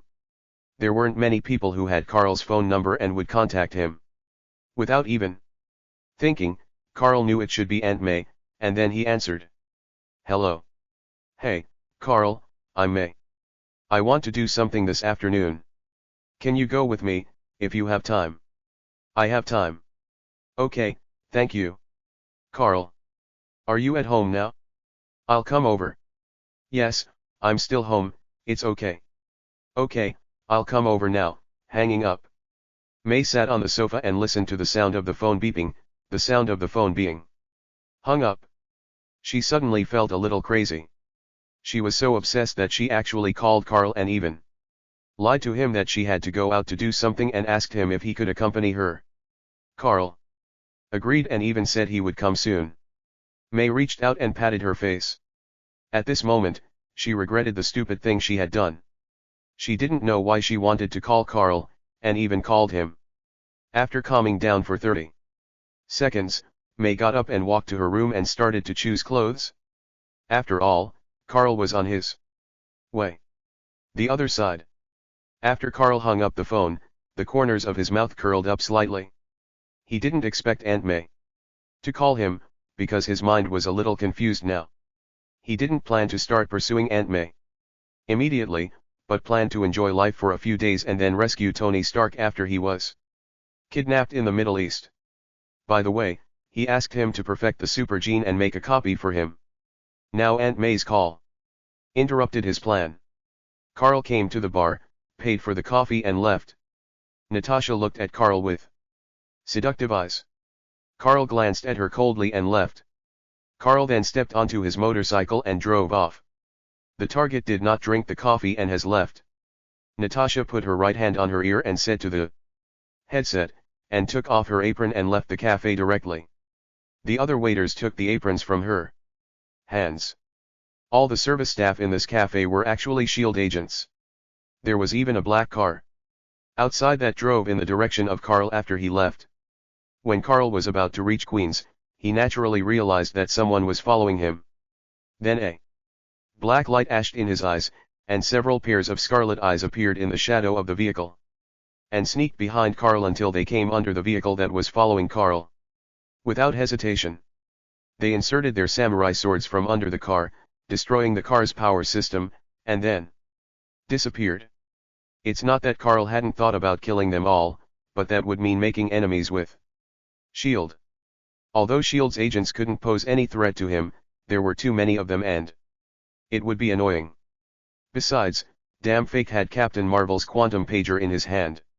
If the trouble got too big, he would call Captain Marvel back from the universe, which would not be fun. He didn't want to hide in the Shadow World forever, and after the vehicle was destroyed by the Shadow Ninja, Carl accelerated into a black alley, then several Shadow Ninjas took him and the motorcycle into the Shadow World, and appeared from an alley not far from Peter's house in Queens. But Carl was the only one there, and he left the motorcycle in the Shadow World. After all, he didn't believe that his motorcycle had not been installed and positioned during the time he was sitting in the cafe. It would be better to leave it in the Shadow World RST. Then Carl walked towards Peter's house. Sir, the target location has disappeared. Even our vehicle seems to have been damaged. He must have discovered us. An agent in the black vehicle reported to Natasha. Got it? Contact the headquarters and check where he is through the surrounding surveillance. That's it for today. You don't have to follow him anymore. Pressing too hard will backre. Natasha's faint voice came from their headsets. She didn't expect to be discovered so quickly. Yes, sir. Carl arrived at Peter's house 10 minutes later, then went up and knocked on the door. Cluck, cluck. Here we go, wait a minute. Gata. Carl, you're here, come in. May said to Carl, and Carl looked at Aunt May in front of him wearing a purple dress, and couldn't help but be stunned. The purple dress fully displayed Aunt May's temperament and charm, and gave people a gentle feeling. Coupled with Aunt May's plump gore, Carl's heart couldn't help but beat twice. Oh, okay, May, you look so beautiful today. Carl praised Aunt May after he came to his senses. Thank you, please sit in the living room for a while, I'll be there soon. May said as she poured a drink for Carl, and then went upstairs. Okay. Carl leaned on the sofa waiting for Aunt May. 20 minutes later, Aunt May came down wearing a khaki jacket and carrying a shoulder bag. Carl's eyes lit up. At this moment, Aunt May had put on light makeup, and with her gore and clothes, she looked particularly charming. Aunt May saw Carl staring at her, and a hint of joy ashed through her heart. She herself didn't know why she wanted to show her most charming side to Carl. After calming down in the room for a few minutes, she now faced herself. She seemed to have a good impression of Carl. Coupled with the emptiness and loneliness over the years, she wanted to give it a try. Chapter 13 Aunt May's Tenderness. Carl, let's go. Oh, okay. Ahem, you're so beautiful, I can't help myself.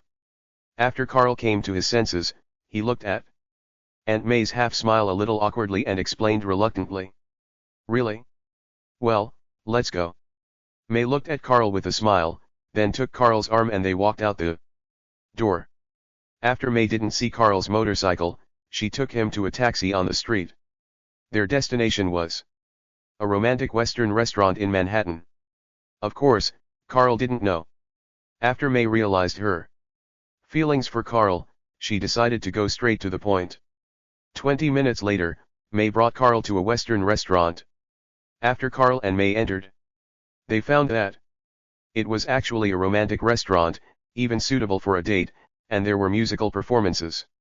May looked at Carl a little nervously. Carl was just a little stunned, and then didn't say much, just showed a faint smile. He seemed to know what Aunt May meant by bringing him here. After the two of them sat down, Aunt May ordered and they sat face to face.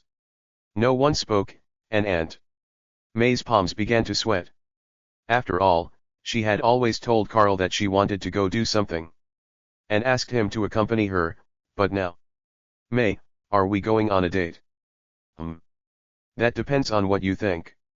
May was slightly stunned when she heard Carl's question. And then she met Carl's gentle eyes, her heart immediately calmed down, and then she teased Carl. My pleasure, beautiful lady.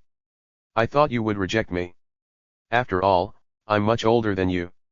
May breathed a sigh of relief, but said to Carl a little nervously. Age is not a problem for me. By the way, wait for me a moment. Carl looked at Aunt May gently, then slowly stood up and left the restaurant. Then he walked to the hour shop not far away, picked some.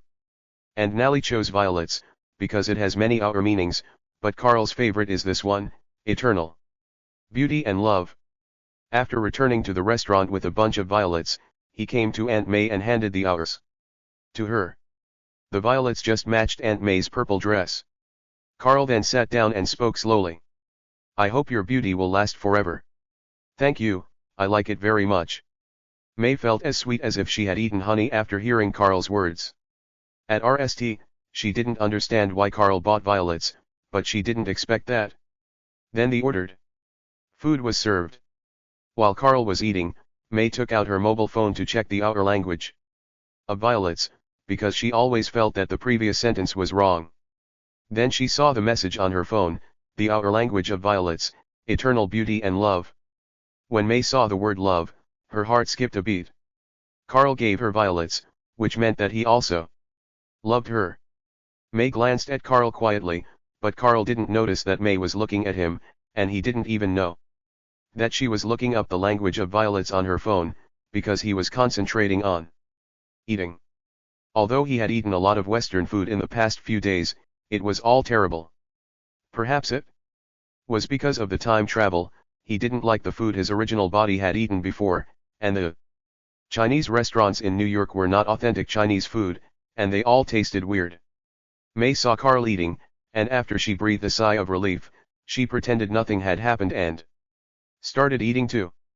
On the other side, Natasha also learned from the message from Hill that Carl was now dating a woman in a Western restaurant in Manhattan. Then Natasha rushed over here. Although she didn't intend to press too hard, surveillance was very necessary. After Carl and May finished eating, they left the restaurant. May took Carl's arm and they walked on the street. Neither of them spoke. After walking for a while, they sat down on a bench in a park. Then May leaned her head on Carl's shoulder and spoke slowly. "Carl, you know." Carl listened quietly to Aunt May's confession, but the latter part of her speech seemed like a confession to Carl. After all, Americans are not as reserved as the outgrowing people when it comes to feelings. They are very bold and will directly express their thoughts. After all, Carl had seen many scenes of foreign girlfriends proposing to their boyfriends in his previous life, but he had never seen it in the outgrowing people. Maybe it was rare. Carl looked at May and told her how she felt about him, then he kissed Aunt May directly on her mouth. Ugh. Then Aunt May put her arms around Carl's neck and kissed him madly. They kissed passionately on the park bench and slowly separated after minutes. After they separated, Aunt May was breathing heavily. After all, she did not have Carl's physique. "Let's walk home, okay?" Aunt May looked at Carl with affectionate eyes and said, "It is good." Carl then hailed a taxi, which then drove towards Queens. Natasha saw everything that happened clearly and recorded it. 20 minutes later they returned home. It was only about 1 in the afternoon. Peter was still at school, and no one was at home. Carl and Aunt May started kissing passionately after entering the room, and their clothes began to slip off. The two of them didn't even go to the room, but went straight to the living room on the RSTO. In one afternoon, Carl ended his virginity from his previous life to the present, and they had been seen in the living room, kitchen, and bathroom. Carl was lying on the bed in Aunt May's room, looking at the beautiful woman who was already asleep beside him. He couldn't help but smile. He just felt the tenderness that belonged only to Aunt May. 10 minutes later, Carl walked out of the house and headed towards an alley not far away. There were at least 200 shadow ninjas hiding in the darkness in Aunt May's house. Once someone broke in, they would immediately take Aunt May into the shadow world and bring her to Carl as quickly as possible. The rest of the shadow ninjas would block the enemy, and after making sure that Aunt May entered the shadow world, they would also enter the shadow world and wait for Carl's summons. After Carl walked into an alley, cold air immediately emanated from inside, and then the entire alley was frozen. Carl looked indifferently at the two agents in black suits who were frozen by him. After Carl finished his exercise with Aunt May, a message came from the black shadow ninja that he was being monitored. "SHIELD? Looks like I have to ND something for you to do," Carl muttered to himself as he looked at the two agents who had been frozen. He then dispersed the ice and asked the black ninja to strip off their clothes. Sure enough, one of the agents had a Hydra tattoo and even fangs. "It seems that Hydra has also noticed me. I have to improve my strength as soon as possible." Then Carl went straight into the shadow world and left. Carl didn't intend to care about the two SHIELD agents. If the Hydra was discovered by the Hydra people, then he would just ND a chance to reveal it to Nick Fury. If it was discovered by the real SHIELD agents, it would save him the trouble. Chapter 14 Tony goes to the Middle East. After Carl finished solving the problem, he went back to his farm through the shadow world. He sat on the sofa and turned on the TV that he hadn't turned on since he came to Marvel. It happened to be playing the highest honor trophy awarded to Tony Stark by the government. And it was playing the Scene of Obadiah Stana accepting the award on behalf of Tony Stark. When Carl saw this, he knew that Tony was about to go to the Middle East. In 3 months, he would become Iron Man, and then the chaos in the Marvel world would begin. On the other side, Natasha came to the place where Carl had dealt with the 2 S.H.I.E.L.D. agents. Before, she was shocked when she saw the Hydra tattoo on a man's body. Although she had never dealt with Hydra, she still knew about them. And now a Hydra has become an agent of S.H.I.E.L.D. No, the predecessor of S.H.I.E.L.D. existed to eliminate Hydra. She instantly realized that this was a big deal. They had even offended Carl, who had massacred thousands of gang members and even killed Kingpin. This was not good news. After all, Carl had not directly killed the agents who were following him before, but now these 2 agents died directly. It was probably because of something Hydra did to Carl. Carl killed them. If Carl knew about this, he would have to admire Natasha's imagination. He didn't have that plan, he just didn't want anyone to monitor Aunt May. Now that Aunt May has become his woman, he naturally wouldn't let her get hurt, and Peter too. A few hours later, after Natasha dealt with the 2 bodies, she returned to the headquarters of S.H.I.E.L.D. and went straight into Nick Fury's of CE.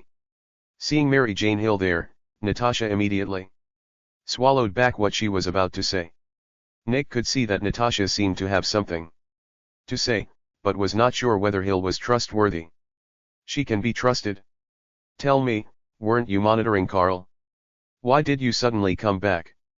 Nick said to Natasha with some confusion. Chief, Carl killed 2 of our agents, and one of them had a Hydra tattoo and fangs on his body. Exactly the same as the records during World War II. Natasha told him everything she had seen in one breath, and took out her mobile phone to play the photos she had taken. What? This is impossible. Hydra was destroyed in World War II. Nick stood up and took the phone from Natasha. He looked at the picture on it and was extremely shocked. Hill also looked solemn. It's actually true, and they have even infiltrated S.H.I.E.L.D. Block the news RST. Stop all actions. We have to clean up the inside. Nick made a decision immediately and said to Natasha and Hill. Yes, Chief. But Carl seemed to know, because the tattoo was exposed when I arrived. He should know something. Natasha expressed her guess. Okay, I got it. Block the news within S.H.I.E.L.D. RST. I will go meet him in person. Yes, X2. At this moment, Carl didn't know that Nick Fury already knew that Hydra was lurking in S.H.I.E.L.D., and he wouldn't care even if he knew. He was now thinking about whether he should bring Aunt May and Peter to the farm or buy a house in the city. After all, New York City is full of disasters. In the end, he decided to ask Aunt May's opinion RST. At this moment, the system's voice suddenly sounded. Ding. The host has obtained a sign-in opportunity. Do you want to sign in now? Carl was a little surprised when he heard the system prompt. He didn't expect that he would have a chance to sign in. Then he tried to think back. He just took down Aunt May today and happened to be in the Marvel world for 15 days. Or did he kill Kingpin? Or did he kill Hydra's S.H.I.E.L.D. agent? The other side. Pepper, Tony. You should be on your private jet by this time. Tony, no, since it's my private plane, it should wait for me instead of me rushing for the plane. Otherwise, why do I need a private plane? Pepper, but you have to go to the Middle East today. That's a big order from the military. Rod has already called me. Tony, oh okay, I'll leave now. Then Tony drove his sports car all the way to the airport, while his bodyguard Happy drove a Rolls Royce to chase his boss. 30 minutes later, they arrived at the airport. Rhodes stood at the door of the plane cabin and looked at Tony and complained. Hey. Tony, you kept me waiting for you for almost 4 hours. Hey, Rod, didn't I tell you we were a few hours late? You didn't even answer my calls, and I called you VE times. Okay, it's okay, we'll set sail now, trust me buddy, you'll be thrilled later. Happy, hurry up, we have to go. Okay, boss. After Happy put Tony's things into the plane, the plane took off directly, and Tony started playing games with Rode and the sexy stewardess on the plane, and took Rode to experience a luxurious life with music, wine, and beauties. In the evening, Carl came to Aunt May's house, and little Peter was also at home, but he ran to the second floor to play games, while Aunt May was cooking in the kitchen. Carl walked behind her and slowly put his arms around her waist. Aunt May suddenly felt something and her cheeks turned red. Instantly. "This afternoon is not enough, you bad boy." Aunt May turned her head and said to Carl while cooking. "Mua. Not enough." Carl kissed Aunt May on her sexy lips and answered her gently. After Carl answered, he kissed Aunt May hard on the mouth again. Aunt May also kissed Carl passionately. They both demanded from each other madly until Aunt May felt the changes in her body. She immediately pushed Carl away. Her face was so red that it could bleed. After all, Peter was still at home and might come down soon, but she was here with Carl. "Peter is still at home and I have to cook, so stop here," Aunt May said to Carl with a expression. "Okay." Carl didn't move around, but quietly hugged Aunt May's waist. "By the way, May, why don't you take Peter to live with me? Many disasters will happen in New York soon, and I'm worried about you staying here," Carl said slowly, hugging Aunt May's waist. "This is not good, and it shouldn't be, we have lived here for so long and nothing happened," Aunt May said to Carl a little embarrassedly. After all, Carl just couldn't convince Aunt May without showing something. Then he let go of Aunt May's waist. With his right hand, slowly raised it, and a hockey ball appeared in his right hand. He motioned Aunt May to look. "Oh my God. Carl, are you a mutant?" This. "No, I'm not a mutant. I have special abilities. That's why I know that New York will not be safe in the future. That's why I want you to move in with me. You don't have to work in the future. I will support you." Carl and Aunt May explained slowly and told her why they said that. "I need to think about it." "It is good." Chapter 15 Sign in again. After finishing his meal at Aunt May's house, Carl left without staying overnight. Carl drove a black Lamborghini on the road and headed for his farm in the suburbs. This sports car was naturally not an ordinary sports car, but the one that Carl signed in for in the afternoon. Time returns to the afternoon. After Carl pondered the logic of the system's sign-in mechanism to no avail, he asked the system to sign in. "System, sign in." Ding. "Sign in successfully. Congratulations on getting Cyber Robot, Speed X1, Senzubean X3, Super Power Training Box X1. Cyber Robot, Speedster, a unique mechanical life form from the world of Transformers. It can switch between Autobot, car, and motorcycle modes at will, has strong combat power, and will always be loyal to the host. Senzubeans, a unique food from the world of Dragon Ball with extremely strong recovery ability. As long as the person is not dead, it can restore physical strength and energy in the shortest time. Almost instantly, when extremely tired, heal physical injuries and adjust to the best state. Superpower Training Box, a futuristic item from the world of Doraemon. It can train 3 superpowers: telekinesis, perspective, and teleportation. You must train 3 hours a day and persist for 3 years to be fully proficient. Yes, Speed, Senzubeans, and the Superpower Training Box are all great. Let's take out Speed RST. Carl muttered to himself and walked out of the room to take Speed out of the system space. A black Lamborghini instantly appeared in front of him, and then began to transform. In 2 seconds, it turned into a black and silver Autobot. Jisoo, greetings to the leader. Jisoo, who was nearly 9 meters tall, knelt on one knee and said to Carl. "Very good, Speedy, you should call me boss from now on." Carl looked at the nearly 9-meter tall Speedy and felt extremely happy. After all, who didn't have a Transformers dream when they were a kid? And now Carl has realized it. He has his own Transformers. "Yes, boss. Turn into a motorcycle and let me see it," Carl ordered Jisoo. "Yes, boss." Click click click. About 3 seconds later, the Speed turned into a motorcycle.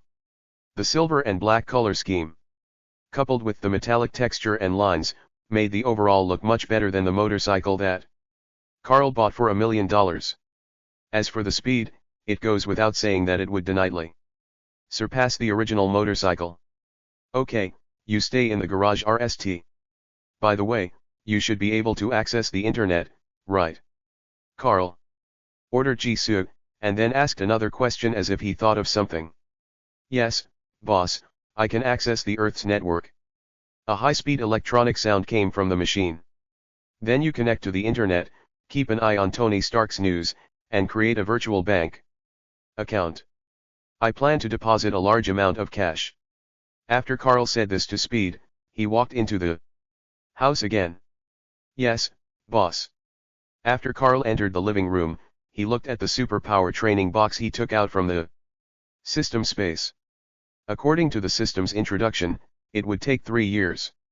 Carl was in urgent need of improving his strength, so how could he wait for 3 years? He took out a woodcutter's fountain, put it on the ground, and threw the superpower training box into it.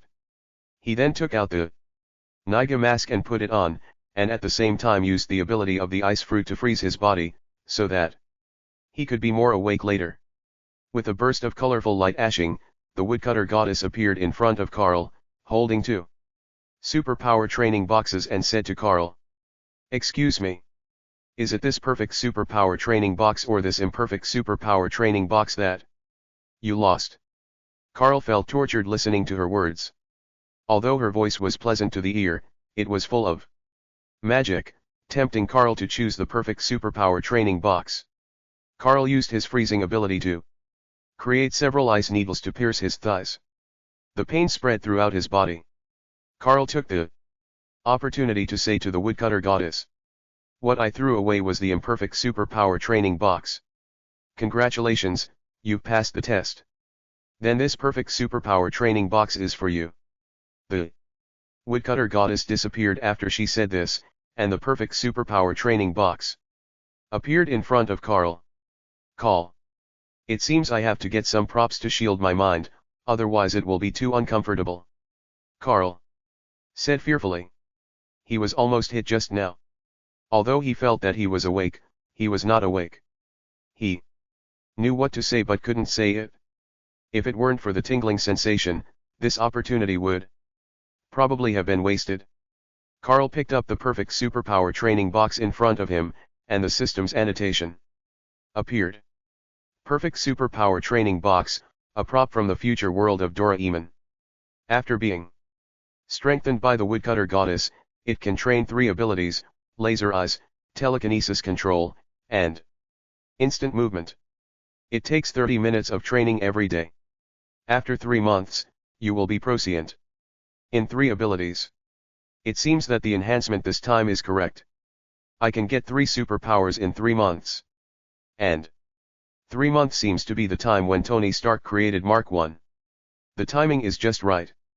Carl muttered to himself, then packed up, turned the Speed into a sports car and drove towards downtown New York City. And the virtual bank account that Jisoo created was an account that could deposit a large amount of cash. Carl entered a bank and entered the account, leaving $1 million in cash and deposited more than $200 million in cash into the bank account. This scene did not surprise the bank staff. Carl couldn't help but sigh at how powerful Jisoo was. After buying some things, we drove to Queens, and then something happened at Aunt May's house. And now Carl was driving at top speed towards his farm. "Boss, there's someone at home. He's a one-eyed black man wearing a black leather jacket and leather pants." Jisoo's voice suddenly sounded, and when Carl heard Jisoo's description, he naturally knew who this person was. Wasn't it the damn fuck man, Nick Fury? He seemed to like waiting for people at other people's homes, and then pretending to be a good boss. In the previous Life movie, he appeared in Tony Stark's villa like this. Chapter 16 Nick Fury arrives. Since everyone was waiting for him at home, Carl naturally had to go and meet them. After all, he was still a fucking hero. Then he stepped on the accelerator to the bottom, and the Lamborghini turned into a black lightning and rushed towards the farm in the suburbs. 20 minutes later, Carl arrived home, pushed open the door and walked straight in. Sitting on the sofa was a one-eyed black man wearing a black leather jacket and leather pants.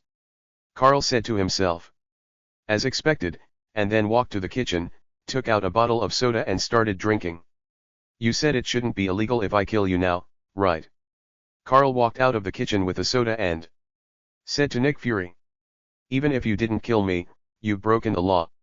Nearly 3,000 people were killed or injured in Hell's Kitchen last night. It was you who did it? We already have evidence of your crimes. The people you killed are enough for you to be shot 1,000 times. Nick Fury said indifferently to Carl. Oh? What do you want to do? Carl said to Nick Fury with interest. I can protect you, but you must join S.H.I.E.L.D. and work for S.H.I.E.L.D. When Nick Fury heard Carl's words, he thought he was going to give in, and stated his purpose with a hint of joy in his tone. Ha ha ha ha ha, Nick Fury, you are here to make people laugh, right? You want me to join S.H.I.E.L.D. and be under your control? And you want me to protect me? What, relying on the quantum pager in your pocket? Do you think I can kill you before Captain Marvel comes back? Carl couldn't help but laugh. After hearing what Nick Fury said, and said to him in a sarcastic tone. When Nick Fury heard Carl talking about the quantum pager and Captain Marvel, his pupils shrank sharply, because this was his deepest secret. He didn't understand how Carl knew it. Then he pressed the alarm on his waist covertly. Although he had been injected with the In-90 formula, he also knew that he could not beat Carl. The information showed that Carl could control ice and summon ninjas. Boss, there are 20 armed men approaching. Do you want to capture them? Jisu's voice came from the Bluetooth next to Carl's ear. Since Carl took out Jisu, he put Jisu's exclusive Bluetooth on his ear. Take it? Carl replied calmly after pressing the Bluetooth. Yes, boss. How did you know?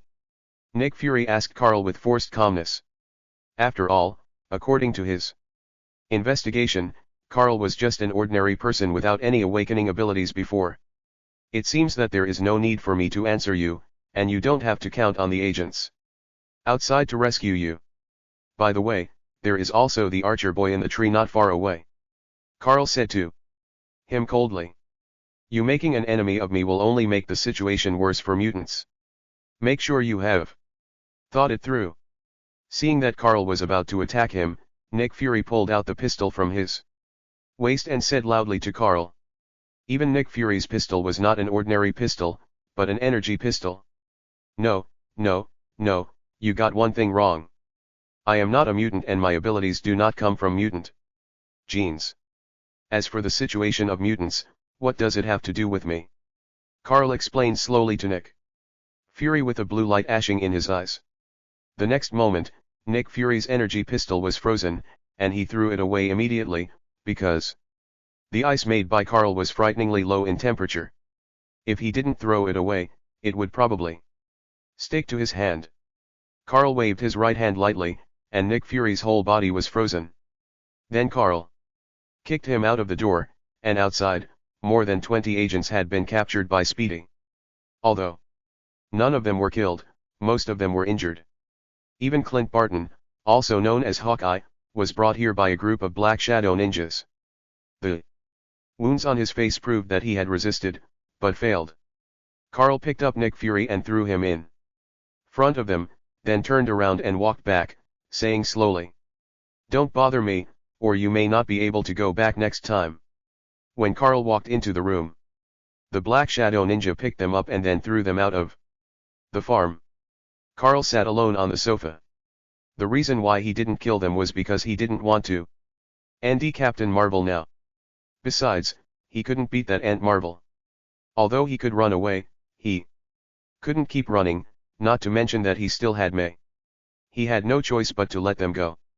"Chief, are you okay?" An agent helped Nick Fury up and then asked. "It's okay, let's go." Nick Fury replied with a gloomy face and led the way to where the vehicles were parked. "Next time I will definitely shoot him with my bow and arrow." Hawkeye limped behind Nick Fury and said viciously, while Nick Fury said nothing and quickened his pace. Not to mention that he had lost all his face this time. Carl took out the perfect superpower training box and started training. He just had to hold the box and think about which superpower to train. He didn't care about the consequences of beating Nick Fury and Hawkeye. Nick Fury probably had to clean up Hydra when he went back, so he didn't have time to deal with him. Besides, he probably didn't have many people he could trust, so he said that to Carl before. But wanting to control Carl? It was just a pipe dream. Boss, there's news about Tony Stark, whom you asked me to follow. He was attacked by terrorists in the Middle East and his life or death is unknown. Stark Industries stock has begun to plummet rapidly. A high-speed electronic voice rang out from the Bluetooth next to Carl's ear. Okay, I got it. After Stark Industries stock price drops to the lowest point, we will use all our money to buy Stark Industries stock and use 10 times leverage. Carl said to Jisoo with his right hand on the Bluetooth. Yes, boss, but according to what I understand after connecting to the internet, we will only lose all our money if we do this, boss. Jisoo said to Carl a little hesitantly. After all, he was loyal to Carl and would always give priority to Carl's interests in everything. Don't worry, I know Tony Stark won't die so easily. The stock will skyrocket when he comes back. Carl explained to Speed calmly. Yes, boss, I understand immediately. Carl then continued to train his abilities, each ability taking 30 minutes to train, which means 90 minutes for 3 abilities. Chapter 17 Nick cleans up Hydra. On the other side, Nick Fury returned to the vehicle with Hawkeye and others, and asked the surrounding agents with a dark face. Were you also attacked by those black-clad ninjas? No, Chief. We were attacked by a robot. It was at least 9 meters tall. It was transformed from the target's Lamborghini. An agent reported to Nick Fury RMLY shocked. My law. Are you sure? Nick Fury looked at the agent who spoke suspiciously. Really? Chief, we were all knocked down by that robot, the agent hurriedly explained to Nick Fury. And the other agents nodded as well, because these were all agents promoted by Nick Fury himself, so Hydra should not exist, and that's why they were brought in just in case. Record it, let's go back. A trace of solemnity ashed in Nick Fury's eyes. After all, if it was true as they said, then this was definitely not the technology of the Earth. He guessed that there might be alien forces behind Carl. Yes, Chief. After Nick Fury brought everyone back to the SHIELD headquarters, he hurried to Alexander Pierce's of CE. He was going to discuss with him about cleaning up Hydra. If Carl knew about this, he would probably laugh to death. He went to discuss the cleaning up of Hydra with the head of Hydra. After all, as the previous director of SHIELD, it was Pierce who promoted Nick Fury to the position of director, and he had been supporting his plans at the United Nations Security Council meeting. Otherwise, where would he get so much money to build a safe house? So it would be difficult for him to suspect Pierce no matter who he suspected. In addition, now was not the time for the original timeline insight plan to be implemented. Only one agent was exposed, and no large number of Hydra members were found. Boom boom boom. Enter. Click. Ahem. After Nick Fury entered the OVCE, he signaled Pierce to turn on the shielding device. This thing is almost standard equipment in their OVCES. Of course, it is only in the OVCES of Nick Fury and Alexander Pierce. What's wrong, Nick? Why are you so nervous? Pierce pressed the shielding button next to the table. And then asked Nick Fury in confusion. Pierce, I recently discovered that there are Hydra members among our agents. I thought they had been eliminated during World War II, but one didn't expect that they have now infiltrated SHIELD. Nick Fury said solemnly to Pierce. What he didn't realize was that when Nick Fury said that he discovered that there were Hydra members in SHIELD, Pierce thought he was exposed, and even his hand under the table had touched the pistol. What? This is impossible. If this is true, then we have to investigate it thoroughly. Pierce was surprised at RST, and then said solemnly to Nick Fury, and secretly breathed a sigh of relief in his heart. It turned out that they only discovered that there were Hydra members among the low-level agents, and he was not exposed. At the same time, he secretly cursed in his heart, which waste was actually discovered by Nick. Yes. Because Hydra has always wanted to conquer the world, I'm going to start investigating right away, and I need your support, Pierce. Nick Fury said to Pierce RMLY, and even with a hint of anger. Not to mention that he didn't know how many Hydra members S.H.I.E.L.D. had now. Okay. I will fully support you, go for it, Nick. I believe in you. Pierce immediately agreed to Nick Fury and expressed his full support for him. After Nick Fury left, Pierce slapped the desk in front of him, then turned off the jammer, took out a special mobile phone, clicked on an encrypted number and called, and the call was connected soon after. Nick Fury has discovered that there are people on the lower level. Now throw a few pawns out. And also throw one of the middle level personnel out. And tell them to be careful. Pierce said to the person on the phone with gritted teeth. Yes. Chief. After hearing the other party's reply, Pierce hung up the phone.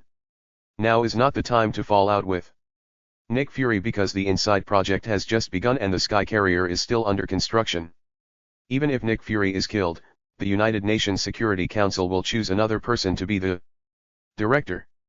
The reason why he promoted Nick Fury is because he can control it, but it may not be the case for others. But what he didn't know was that Nick Fury, whom he thought he could control, actually had a powerful weapon in his hand, the Captain Marvel summoner. If Pierce knew about this, it would probably be a different story. However, in the plot, even though S.H.I.E.L.D. fell apart, he did not summon Captain Marvel back. Instead, it was only after Thanos snapped his engines that the quantum pager was pressed. Then Nick Fury asked Hill, Natasha, Clint, Coulson, and others to lead the team to capture suspicious people, and directly kill those who resisted. With the idea of killing 1,000 people by mistake.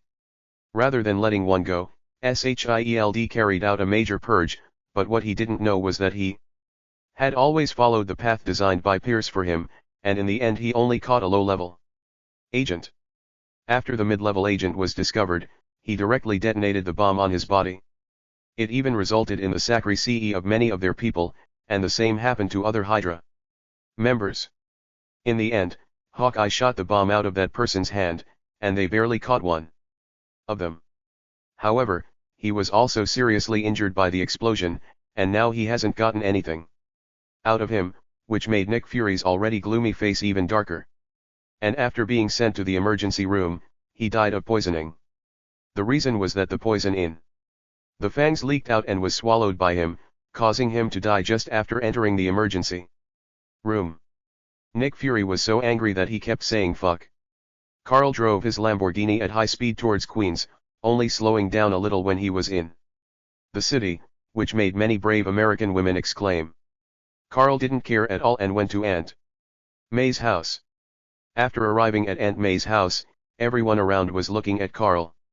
You know, a sports car is not common in Queens, let alone parked in front of one's neighbor's house. Carl opened the car door, took out a bouquet of blue roses and walked towards Aunt May's house. When the people around saw Carl walking towards Aunt May's house, they all looked as if they had suddenly realized something. Moreover, they had all seen Aunt May and knew that she was a mature and beautiful woman with remaining charm. Boom boom boom. Chapter 18 Living with Aunt May. Click. The door opened from the inside, and Carl just happened to see Aunt May wearing an apron. Carl, you're here.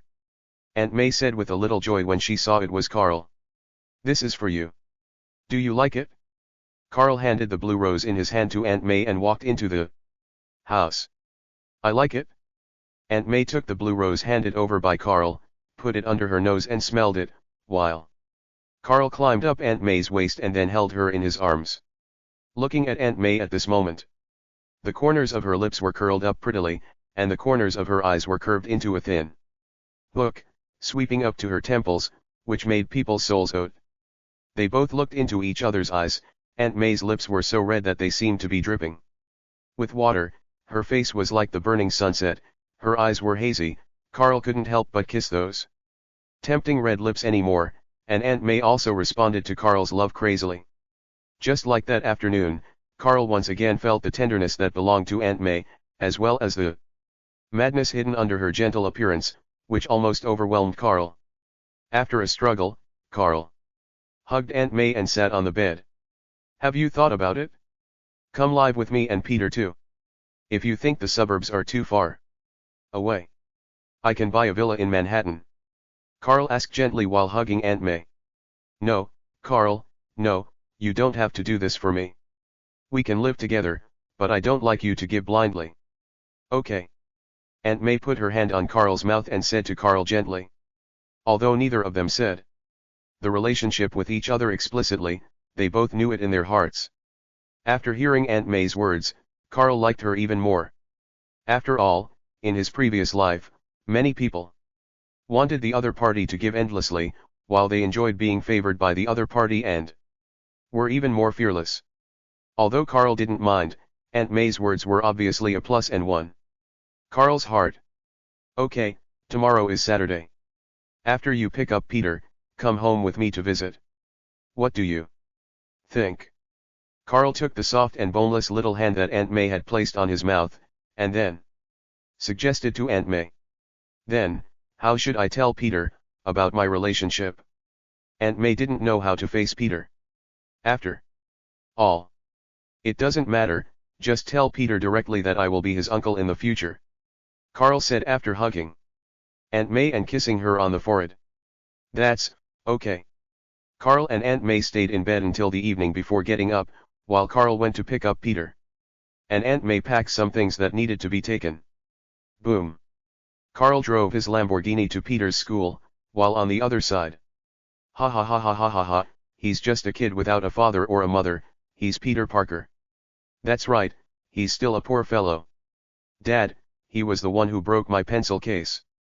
A little boy and a big man were walking towards Peter, and the little boy was pointing at Peter. "No, it wasn't me, sir, I didn't break your son's pencil case." Peter quickly proved his innocence and immediately denied that he did it. He even sounded like he was about to cry. After all, he was only a child of 6 or 7 years old. Facing a big man, he would naturally feel scared. "Lil, who is it?" the big man asked his son. "Father, it's him." The child named Lil pointed directly at Peter, and Peter was a little panicked at this moment. Tears couldn't stop owing, and he kept muttering that it was not him who did it. The big man walked towards Peter and was about to grab Peter. Boom boom.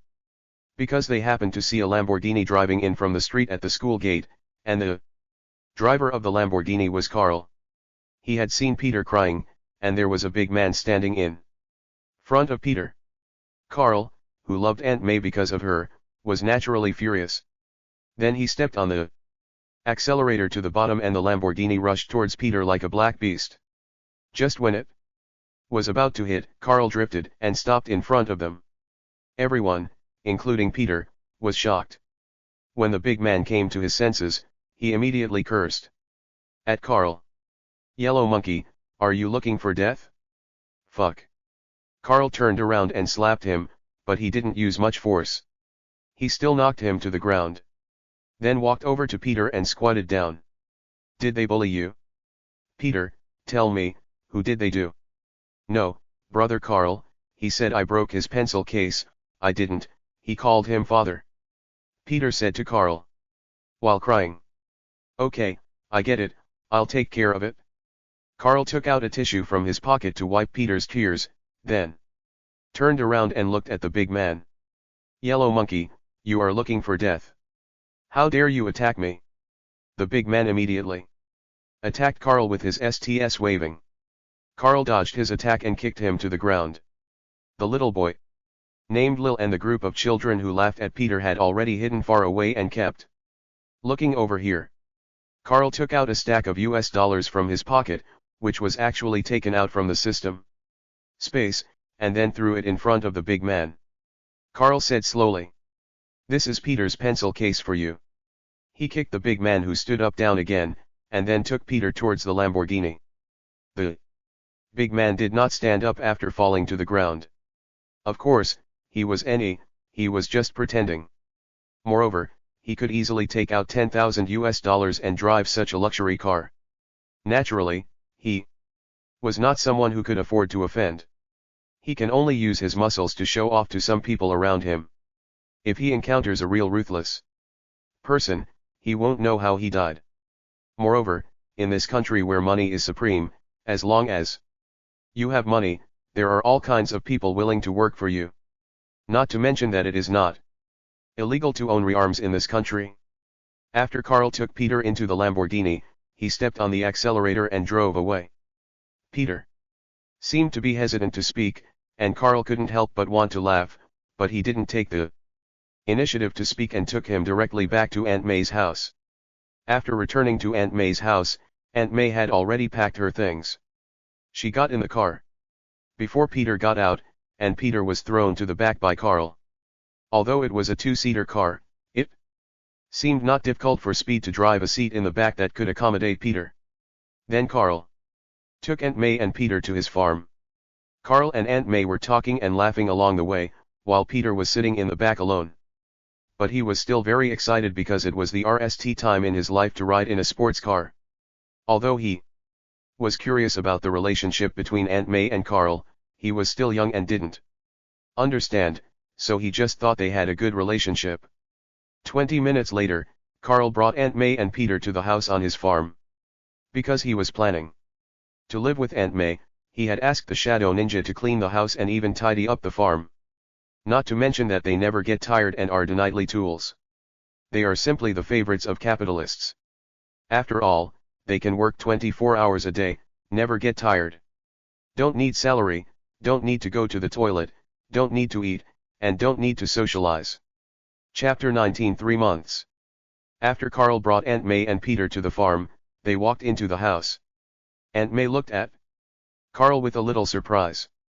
Nowadays in America, there are not many men who can do housework and do it well. Although Carl's house is not gorgeous, it is spotless and very clean. But what she didn't know was that these were all the work of the Black Shadow Ninja. How could Carl do it himself? Then Carl took Aunt May and Peter upstairs and took them to the room. Carl naturally let Aunt May share a room with him. Aunt May just gave Carl a shameful look and acquiesced, then went to the kitchen to cook dinner. Carl was playing games with Peter on the second hour. After dinner, Aunt May went into Peter's room to talk to him. Besides, she was already with Carl, and she believed that Peter also had a lot of questions. Carl walked out of the room and released 100 shadow ninjas to lurk in the darkness around the house and the farm. Now that Aunt May and Peter were here, safety was naturally the top priority. There were no less than 10 shadow ninjas in Aunt May and Peter's shadows, protecting their safety at all times. After Carl finished all this, he went back to the room. Lying on the bed in the room, Aunt May is still chatting with Peter. Although he can use the shadow ninja to eavesdrop, there is no need. He believes that Aunt May will handle it herself. Lying on the bed and looking at the ceiling, he feels a lot of emotion when thinking about what he has experienced in the past few days. First, he traveled through Marvel, robbed the gang, killed Kingpin, was with Aunt May, and beat up Nick Fury. He did things that he would never have done in his previous life. Just as Carl was lost in thought, the door of the room opened. Gata. Aunt May walked in wearing a dark purple nightgown and a long coat. She took off her shoes and lay down next to Carl. Carl stared at Aunt May intently, because the charm that Aunt May exuded all the time deeply attracted him and he couldn't help himself. Carl, thank you. Aunt May leaned her head on Carl's shoulder and said softly. Huh? What are you thanking me for? Carl turned his head and looked at Aunt May, asking a little confusedly. What happened to Peter this afternoon? I didn't even know he was in school. It's okay. How about changing Peter's school? After all, he doesn't get along well with his classmates. This semester isn't long. How about asking Peter for his opinion next semester? Okay, then let's ask Peter for his opinion and go to bed. Carl looked at the beautiful Aunt May and pounced on her. Then Aunt May felt Carl's love and Carl felt Aunt May's madness, but both of them were relatively controlled. Although their room was separated from Peter's room by a guest room, the sound insulation of this house was not good. Aunt May clenched her teeth and covered her mouth to prevent herself from making any sound. But she felt extremely excited, especially since her nephew was in a room not far away, and she and her lover were here. Middle East desert.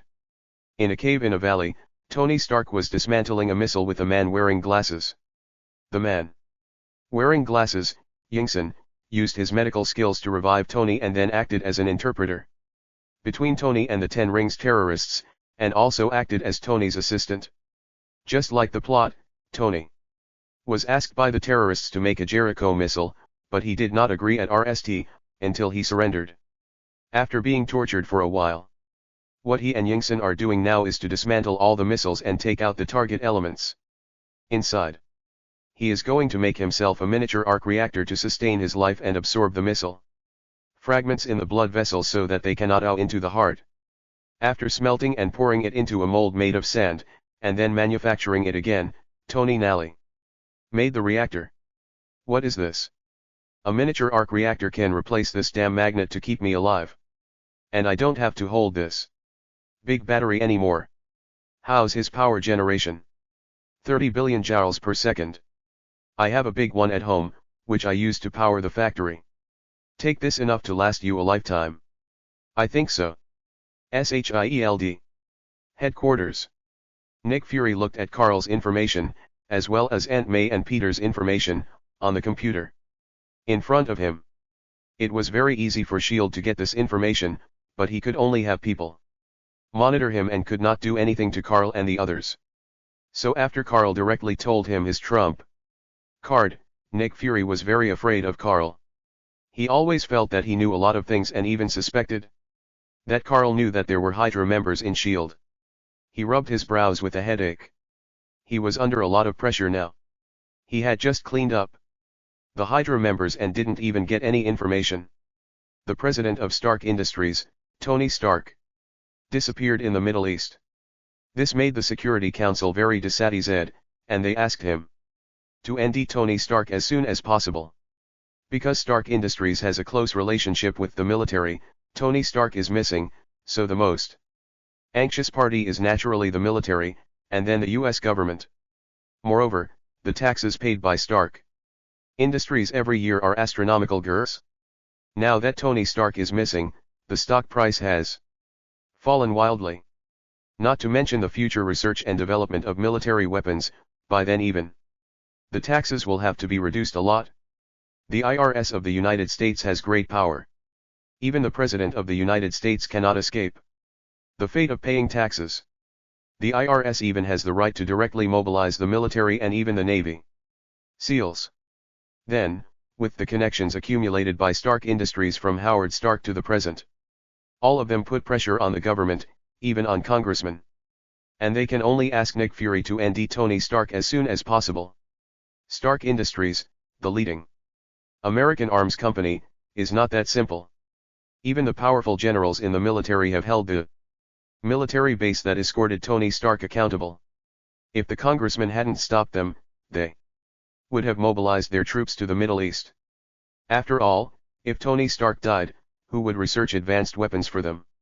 Wars nowadays are fought to see who has the best weapons. It's not like World War II, where people are piled up. If there are no weapons, what can you let them GHT with? Nick Fury could only send Coulson to lead a team to the Middle East to look for Tony Stark. Even if there was no pressure from the Security Council, he had to look for him. After all, he was the son of Howard Stark, one of the founders of SHIELD, and he had to look for him both for public and private reasons. Chapter 20 Tony's Blacksmith Diary. Carl had been living a carefree life with Aunt May, and Peter also knew that Carl had become Aunt May's lover. He gladly accepted it. After all, he was still young and didn't understand emotions. What's more, Carl was not bad to him and bought him everything. He still recognized Carl in his heart. For a period of time afterwards, Peter would return to Queens when he went to school, and return to The farm on weekends. And when Peter was not at school, Carl would take Aunt May to various dates, shopping, etc., making Aunt May feel as if she had returned to her youth again. Later, when Peter was not around, Carl would even take Aunt May back to the farm. After returning to the farm, Aunt May could even express herself freely without having to hold it in. Aunt May needed it more because she had been feeling empty and lonely for a long time, but Carl, who had tasted the sweetness of it, could not bear it at all. During this time, Carl has been training his superpowers with the perfect superpower training box. At the same time, he also recalled the place where Tony Stark was kidnapped in the Middle East. After only knowing a rough location, he dispatched 200 shadow ninjas to search for Tony Stark in the desert. Because of the characteristics of the shadow ninjas, they can see the outside world even in the shadow world, so they searched very quickly, but it took nearly 30 days to ND Tony Stark's location. After Carl knew the news, he asked Gigi to quickly make a camera and encrypt the signal, and let the shadow ninja take it to the place where Tony Stark was imprisoned to LM. Carl was sitting on the sofa and watching the pictures on his mobile phone, and happened to see Tony Stark working as a blacksmith. The reason why the camera was made at a very fast speed was because they were afraid that someone would ND Tony Stark through the signal source. If he was found now, and if something unexpected happened, resulting in his death, or if he did not become Iron Man, then where would he get the iron armor?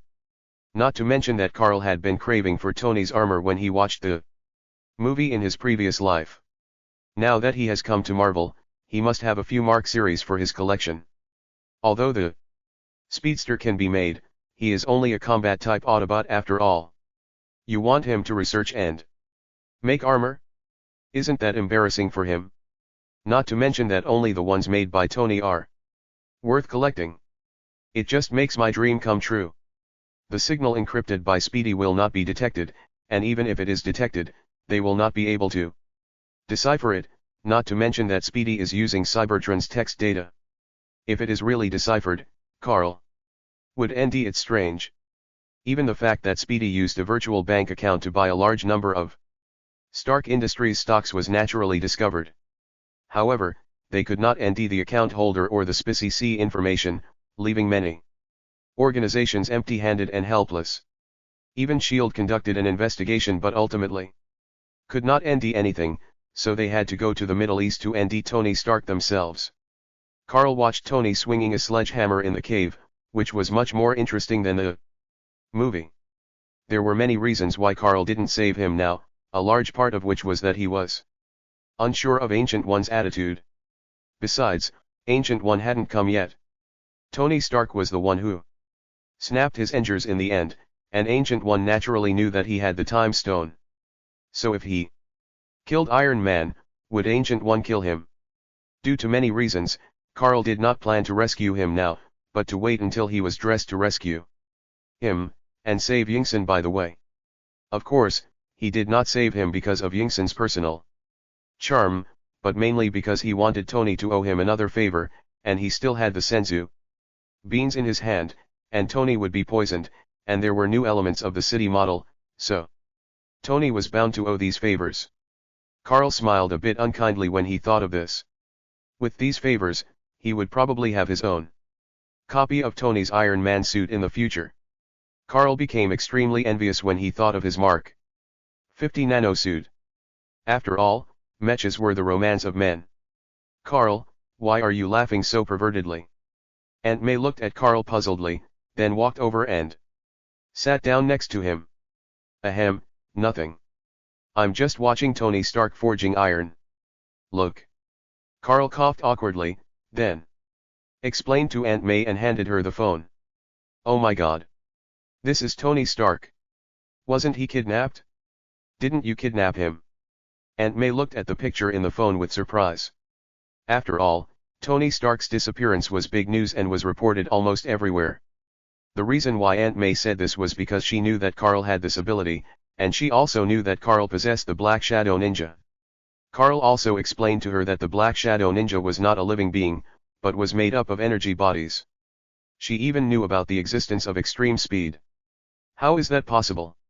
he was kidnapped by his uncle Obadiah Starny. In fact, the original plan was to kill Tony Stark, but the terrorists didn't know at RST that it was Tony Stark they wanted to kill, so they asked him to build Jericho missiles for them. Carl explained to Aunt May while holding her hand with a smile on his face. So that's how it is. Then why did his uncle do this? Aunt May leaned on his chest and asked puzzledly after hearing Carl's explanation. Of course it's for Stark Industries. He plans to take over Tony Stark's shares and then take control of Stark Industries. Carl said slowly after kissing Aunt May on the forehead. Okay, then aren't you going to save him?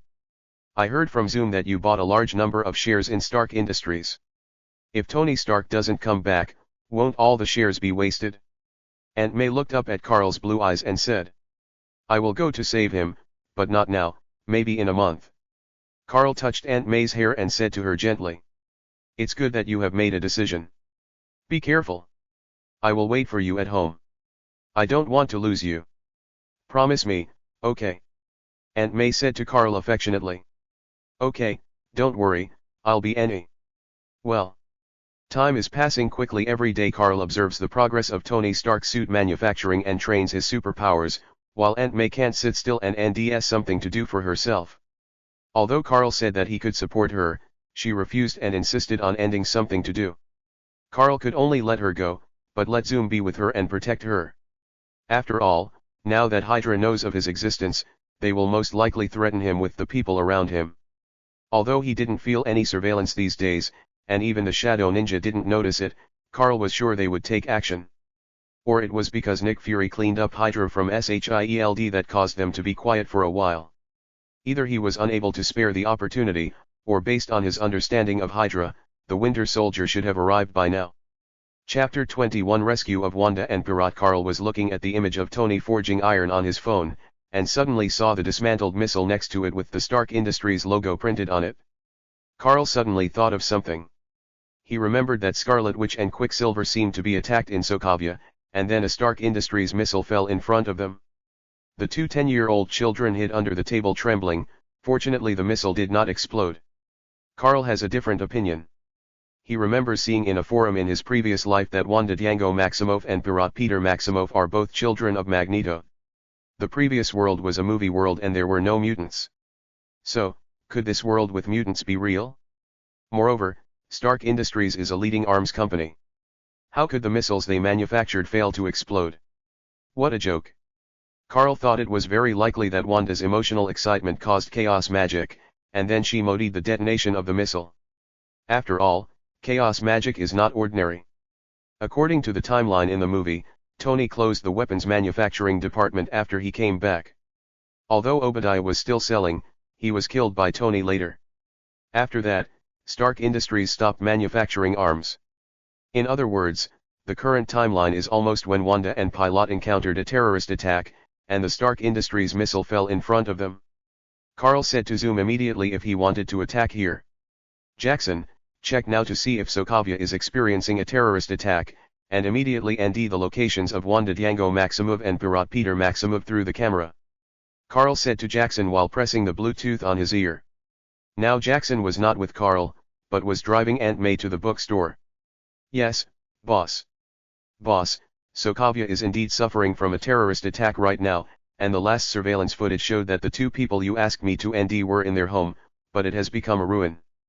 We even found through the surrounding surveillance that a Stark Industries missile fell into it 3 days ago, so I'm not sure if they are still alive. After a while, Jisoo informed Carl of the information he had found via Bluetooth. After hearing this, Carl stood up immediately and called out the direction of Sokovia. Then a shadow ninja appeared beside him and took him to the shadow world. He planned to save Wanda and Pirat. The power of chaos magic and speed was enough for him to act, not to mention that chaos magic originated from Sithon and had all kinds of abilities such as modifying reality.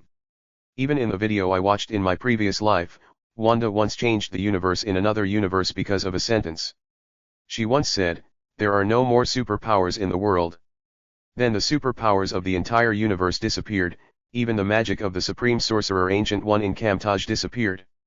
She even traveled through timelines as if for her own children. So she was worthy of Carl's effort. As for Pirat, although his performance in the Avengers was very poor, Carl always felt that he died due to lack of funds. After all, everything would slow down when he was at top speed, and he was actually shot to death in the end. It was incredible. Carl seriously suspected that there was not enough money to burn, and then the director let Bharat Nishlaming.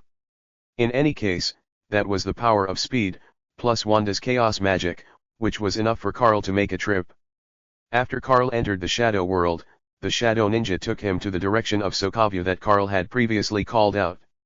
Sokovia, Wanda, don't be afraid, it will be any soon. Bharat held Wanda and hid under the table. Although he was also scared, he still comforted Wanda, while Wanda curled up and trembled. After all, they were only 11 or 12 years old now. Wanda saw the missile that fell in the living room through the gap in Bharat's clothes. It was printed with the logo of Stark Industries. A trace of hatred ashed in her eyes, and Bharat did the same. They were all minors when they joined the Avengers, the two of them hugged each other shivering, trapped under the ruins, and they had not eaten or drunk for 3 days, so their bodies were naturally extremely weak. On the other side, Carl was rushing from the shadow world to Sokovia at a rapid speed. After all, the shadow ninjas did not know which city was Sokovia, so as long as they encountered a city in the direction that Carl had pointed out before, they would take Carl out. After Carl confirmed that it was not the city, he would enter the shadow world again. It was not until the 10th time that Carl saw that the location on his phone was Sokovia. He called up the location of Wanda and Pilot's house that was quickly sent to him, and then rushed there immediately. He arrived in a short while, and then saw a ruin and a Stark Industries missile stuck in the middle of the house. But Carl did not see Wanda and Bharat, so he immediately asked the Shadow Ninja to move the wreckage of the house away. 300 Shadow Ninja worked together and soon the wreckage of the house was moved away. Carl also saw the unconscious Wanda and Bharat under a table. He asked the Shadow Ninja to pick them up and took them into the Shadow World, Ying to Queens, New York. At the same time, he also asked Jisoo to check the surrounding surveillance and clear all the data. And called Aunt May back. Aunt May went to the bookstore to buy some extracurricular reading materials for Peter. After all, she thought it was not good for Peter to play games after school every day. When Carl returned home, Aunt May was already at home. She saw the Black Shadow Ninja behind Carl holding 2 children. Oh my God! Carl, where did these kids come from? Why are they like this? Aunt May looked at Wanda and Bharat in surprise. After all, they were both injured and had bruises on several parts of their bodies. Some powder from the wreckage of the house fell on them, making them covered in dirt. I brought them back from Sokovia. A terrorist attack occurred there, and their parents are probably already. Aunt May, please take care of her RST. Her name is Wanda. After Carl finished speaking, he signaled the Shadow Ninja to hand Wanda over to Aunt May. Why was Wanda left alone? It must be because of Carl's psychological problems. How could this kid Bharat let Aunt May take care of him? Oh my God. So that's how it is. What a poor child. Okay. Aunt May heard Carl say that they had been attacked by terrorists and that even her parents had. Then she took Wanda and carried her back to her room, which was Carl and her room. Carl directly asked the Black Shadow Ninja to put Bharat on the sofa, and immediately asked the Black Shadow Ninja to bring the medicine box. He then applied some medicine to Bharat's injured area, and then asked the Black Shadow Ninja to help him wipe his body. Aunt May applied medicine on Wanda's wound and wiped her body, then changed into her own clothes and came downstairs to cook some porridge for them. Because they hadn't eaten for a long time, they couldn't eat a lot directly. Carl went to the hospital to buy some glucose syrup and mixed it in the porridge for them to drink. Chapter 22 Wanda and Bharat wake up. After Carl rescued Wanda and Bharat, they didn't wake up until Peter got home from school in the afternoon. Wanda slowly opened her eyes in Carl and Aunt May's room and found that she was no longer in the ruins. She did not see Bharat. So she immediately got up and walked out the door barefoot. She even went downstairs and breathed a sigh of relief when she saw Bharat on the sofa. Are you awake? Aunt May just came out of the kitchen and saw Wanda on the stairs and said. Yes, yes. Did you save us? Where is this place? Wanda answered a little nervously after seeing Aunt May. Then she and Bharat were no longer in their original home, so they must have been rescued by someone, so she asked. No, it was Carl who saved you. This is Queens, New York. Are you feeling unwell right now? Aunt May slowly walked up to Wanda and spoke to her gently. Carl, is it? No, I'm Annie, Thank you. Isn't our home in Sokovia? How did we end up in Queens, New York? Wanda was a little suspicious after hearing Aunt May's answer. After all, although she was young, she knew how far Sokovia was from New York. Haha, Carl is my lover. As for why you came from Sokovia to New York, it was naturally Carl who brought you here. As for how you got here, I can't tell you without Carl's consent. I'm glad that you're okay. You must be hungry. I only fed you some porridge. Aunt May looked at Wanda and said with a smile. There was even a hint of pride in her tone when she talked about Carl. Ugh. Where is this? Wanda. Wanda. While Aunt May and Wanda were talking, Pirat woke up on the sofa, and immediately thought of his sister, shouting in panic, and Aunt May and Wanda were naturally noticed by Pirat's voice. I'm here. Pirat, can you please stop shouting? We are not in our own home. Wanda looked at Aunt May a little embarrassedly, and then accused Pirat, but there was still a hint of warmth in her eyes. Oh, Wanda, you are here, I thought. Excuse me, ma'am, thank you for saving us. Pirat looked in the direction of Wanda's voice and happened to see Wanda and Aunt May standing together. Thinking of what Wanda had just said, he knew he was being rude and immediately apologized to Aunt May. It's okay, now that you're awake, come and have something to eat. It wasn't me who saved you, it was Carl. I don't know where he is now, but he should be back soon. Aunt May said to Pirat after smiling, and then invited the two to the dining table, and went to the kitchen to get out apple pie, sandwiches and other food. Thank you, I'm actually a little hungry. Pirat walked to the dining table and sat down and said to Aunt May. The other side, Carl is now on his own farm. As he is developing the ability of the ice fruit, he can even condense a bunch of wings made of ice behind him and can even carry himself ying. However, he did not fly directly into the sky, but just hovered in that area of the farm. Moreover, his development of the ice fruit has far surpassed the period when he slaughtered gangsters. Now he can freeze things with just a thought. Although he did not use his freezing ability to its full potential, he estimated that it would take less than 3 seconds to freeze the entire farm. Now he was working hard to continuously lower the temperature of the ice, striving to develop it to the level of absolute zero, and absolute zero is minus 273.15 degrees Celsius. At this temperature of absolute zero, the molecules of any object have no kinetic energy and potential energy, and the potential energy is zero, so the energy of the object is zero at this time. The temperature of a substance depends on the kinetic energy of its atoms and molecules.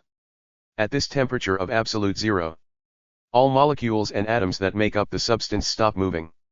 During the movement, all space, machinery, molecules, and vibrations will move.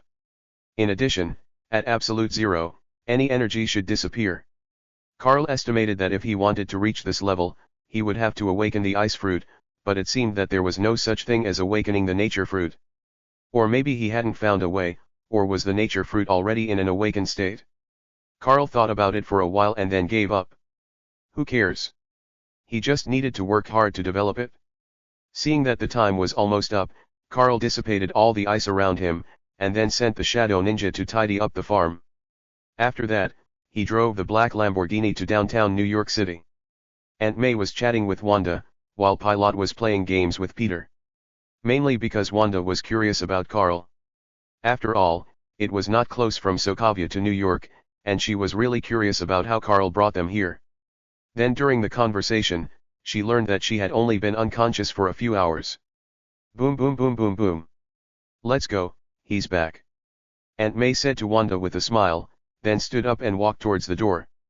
What? Who's back? Wanda was still a little confused, but she followed Aunt May. The two of them came to the door together and just saw a black sports car entering the block from the street and parked directly in the open space next to it. Wanda looked at the sports car curiously, she had never seen it before. The next moment, the door opened and a man nearly 1.9 meters tall wearing a platinum shirt, black pants, and black leather shoes walked out from the driver's seat. He was extremely handsome and exuded a mysterious temperament. With his blue pupils, he looked particularly charming. The man walked towards her, and then she saw Aunt May also walking in the other direction, hugging and kissing the handsome man. She covered her mouth in surprise. After all, although Aunt May still had her charm, she could see that she was not young, and the handsome man must be much younger than her.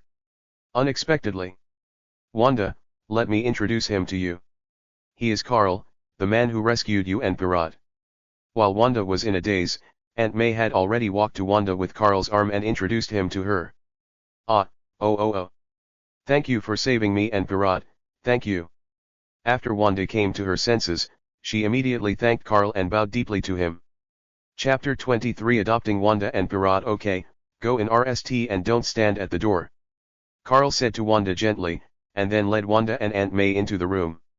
Okay, what are your plans next, brother and sister?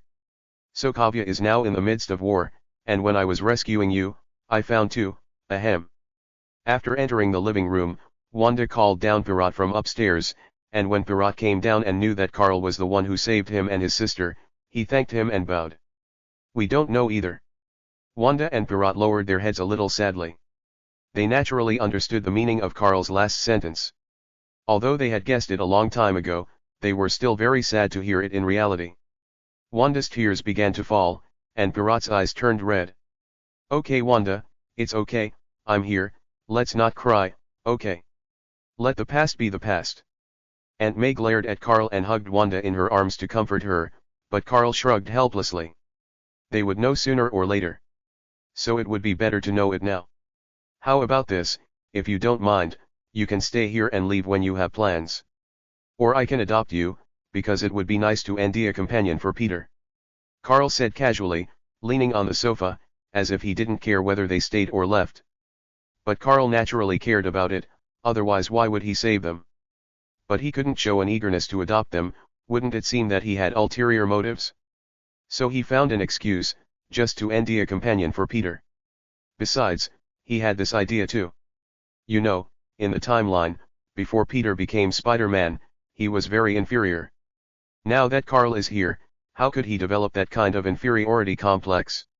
So ending a companion for Peter is not an excuse, but just a plan. Thank you, we can help you with housework and work. We don't eat much. Thank you very much. We are willing to be adopted by you. Pirat agreed before Wanda even spoke, which surprised Carl a little. And of course Pirat didn't agree immediately because he was impulsive. The reason why he went to chat with Peter was that he wanted to know what kind of person his man was.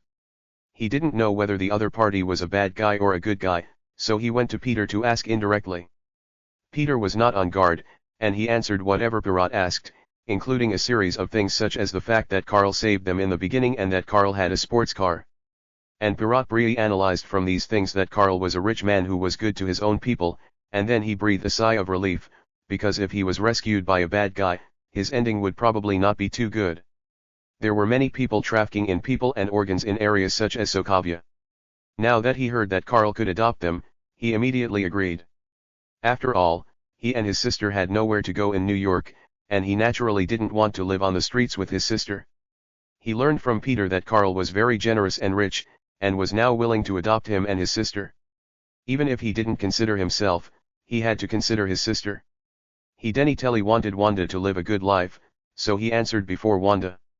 He was also quite clever, saying directly that he could help with the work, and that he didn't have much to eat, so how could Carl be short of his food? Pirat did this to arouse Carl's sympathy, which in turn showed that he was very clever. That's not necessary. I don't need your food. Carl said to Pirat with a chuckle. Thank you for adopting me and Wanda. Pirat smiled naively and bowed to Carl. Thank you. Wanda also walked out of Aunt May's arms and thanked Carl. Besides, Pirat had already said it, and Carl agreed, so she naturally had nothing to say. Okay, it's getting late now. Get ready and go to bed. I'll take you shopping for clothes tomorrow. Carl smiled at Wanda and Pirat, then took Aunt May to the room on the second floor. After Aunt May and Carl sat on the bed, Aunt May kept looking at Carl, as if she wanted to see through him. What's wrong, Aunt May? Tell me, have you been planning to adopt them for a long time? That's why you went to Sokovia to rescue them. Yes, because they are not ordinary people. They both have superpowers, and Wanda's ability is very strong. Their parents have indeed died, so I plan to adopt them from the beginning. Carl looked into Aunt May's eyes and directly expressed his previous thoughts. I was wondering why you suddenly went to Sokovia. And why do you like calling me Aunt May so much? Aunt May looked at Carl with a knowing expression, and asked the question she had wanted to ask for a long time. After all, Carl had been calling her Aunt May since they had been together, which made her feel very strange. I like it, it's a special tune. Carl looked at Aunt May with a smirk on his face. Well. No, there's someone in the next room. But Carl didn't care about that, so Aunt May could only grit her teeth again helplessly and cover her mouth with both hands. The next day, Carl took Wanda and Pirat to complete the adoption procedures. After that, he drove his Lamborghini to take them to buy clothes and daily necessities. While Wanda and Pirat were choosing clothes, Carl walked into the high-end dress shop next door and customized a dress in Aunt May's size, preparing to give it to Aunt May as a gift. After that, he took Wanda and Pirat back home, and Wanda looked at Pirat angrily because he bought a game console. Although Carl didn't think much of it, after all, it didn't cost much, but Wanda felt that she shouldn't buy these things since she was adopted. And Pirat said, Carl agreed, so I want it. Carl smiled and ignored them, but took the gift box to Aunt May and handed it to her. This is for you. See if it TS you. Carl said gently to Aunt May. Today is not a special day, right? Aunt May looked at Carl puzzledly, a little confused as to why Carl suddenly gave her something. Every day with you is special, go and give it a try. Carl leaned close to Aunt May's ear and said to her. Humph, okay, I'll try. Aunt May walked upstairs to the room with blushing cheeks, and Carl followed behind her. Neither of them paid any attention to Wanda and Pirat. 5 minutes later, Carl looked at Aunt May, who was wearing a dark purple dress, with a slender waist, long legs, fair skin, and brown hair tied loosely behind her head. She was standing at the door of the room, like a rose in the mist and rain, beautiful like a painting. You look so beautiful in it, Aunt May. Carl walked up and put his arm around Aunt May's waist. Aunt May smiled happily when she heard Carl's compliment and couldn't help but kiss him. Chapter 24 Rescue Tony Stark. Time IES, and 20 days have passed in the blink of an eye. Wanda and Pirat have integrated into their group and were later sent to school by Carl. But for some reason Wanda was particularly attached to Carl, while Pirat liked to play with Peter. Carl didn't think much about it and used the superpower training box to train his superpowers every day, as well as developing the ice fruit and checking the progress of Tony's armor manufacturing. Afterwards, he spent every day with Aunt May, but Carl found that Aunt May looked a little depressed. Recently, Carl found out through the shadow world that it was because she felt that she was older than Carl and seemed not worthy of such an outstanding Carl. Even if Carl was left out there, he would be snapped up by women. After all, he is tall and handsome, with an extremely attractive mysterious temperament. He is also rich and even drives a sports car at a young age. Not to mention that after Tony Stark comes back, the Stark Industries stocks that Carl bought will skyrocket. His 2 million assets can instantly become 20 billion assets, or even more. So Carl can be said to be tall, rich and handsome. And it is not surprising that Aunt May would think so. After Carl knew about it, he didn't say much, but just planned to get a super gene for Aunt May to use, but it had to be the kind without side effects. After that, Carl got along with Aunt May as usual and did not tell her his plan. Moreover, as time passed, Carl saw that Tony Stark was ready to put on his battle suit. 2 shadow ninjas appeared behind him and took Carl into the shadow world and towards Tony Stark. Yingson, hurry up. Put on your armor now. Only in this way will we have a chance to escape. They are coming, Tony said anxiously to Yingson beside him, and then began to put on the armor that he had hammered out with a hammer. Okay, what should we do now? Yingson helped Tony put the armor on him, then asked him anxiously. Okay, now press function key 8. A progress bar will appear, see it? Tony adjusted the position of the armor and said to Yingson. After hearing what Tony said, Yingson pressed the function key 8 on the computer. Then a progress bar appeared on the computer. Okay, okay. The progress bar appears. Yingson said to Tony after he breathed a sigh of relief. Okay, we just need to wait for the progress bar to be ready, then we can escape. Tony said to Yingsen excitedly. Boom. At this time, the robber who wanted to open the door was blown away by the bomb made by Tony. And the door was also blown open. It's really powerful. Of course, after all, I did it. Tony, this won't work. They will send more people soon. I'll go and buy you some time, otherwise you won't be able to wait for the progress bar to finish. Yingsen suddenly said to Tony, then walked to the door, picked up a RIE and walked into the passage. No. Yingsen. No, it will be over soon. Don't do this. Yingsen. Tony wanted to stop Yingsen excitedly. But he was wearing an iron armor and the progress bar was not completed. He could not move at all. He could only shout loudly for Yingsen, but Yingsen would naturally never come back. Tony, Yingsen. And they all knew it. After all, Yingsen was just one person. No matter how powerful he was, he couldn't kill all the terrorists. Tony looked at Yingsen's receding back. He no longer felt the joy of knowing that he could escape, but was led with incomparable anger. Come on, I'm here. Da-da-da-da. After leaving the place where Tony was, Yingsen shouted all the way and shot at the terrorists in order to attract the terrorists' attention and buy time. For Tony. Tony naturally heard it and closed his eyes in pain. Come on. I'm here. Da da da da. Carl had just arrived outside the cave and saw what happened in the shadow world. Carl looked at Yingsen and smiled, Tony, you definitely owe these two favors. Then he prepared to wait for Yingsen to be discovered by the bald man and rescue him. Yingsen's shouting was just as he wished. The bald man and his men surrounded him. When Yingsen was ready to accept his fate, a pair of black hands suddenly appeared under his feet, grabbed him and sneaked underneath. In fact, it was a world of shadows. This was of course Carl's masterpiece. Then, two shadow ninjas grabbed his hands and brought him to Carl.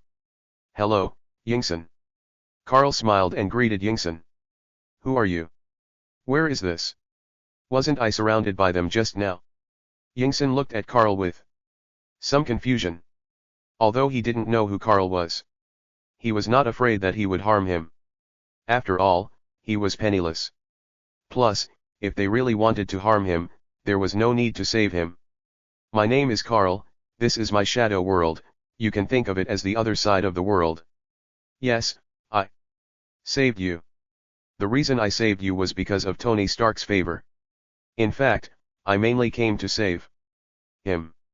Carl said to Yingsen with a smile, and told him his purpose directly. I see. But thank you anyway. The bald man on the other side looked at the huge man disappearing in front of him, and even felt that his eyes were playing tricks on him. However, when he heard the screams from his men not far away, he didn't care about so much. After all, Tony Stark was more important than Tony Stark, so he led his men to run in the direction of the sound. Boom. Boom. Tony, wearing a simple battle suit, punched the terrorists one by one. The bullets had no effect on his suit, only leaving a mark on it. They could not hurt Tony inside the armor at all, and Tony beat them back step by step. Boom. Boom. What?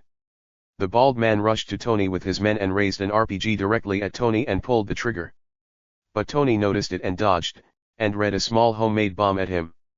Boom. Boom. Chapter 25 Return to New York.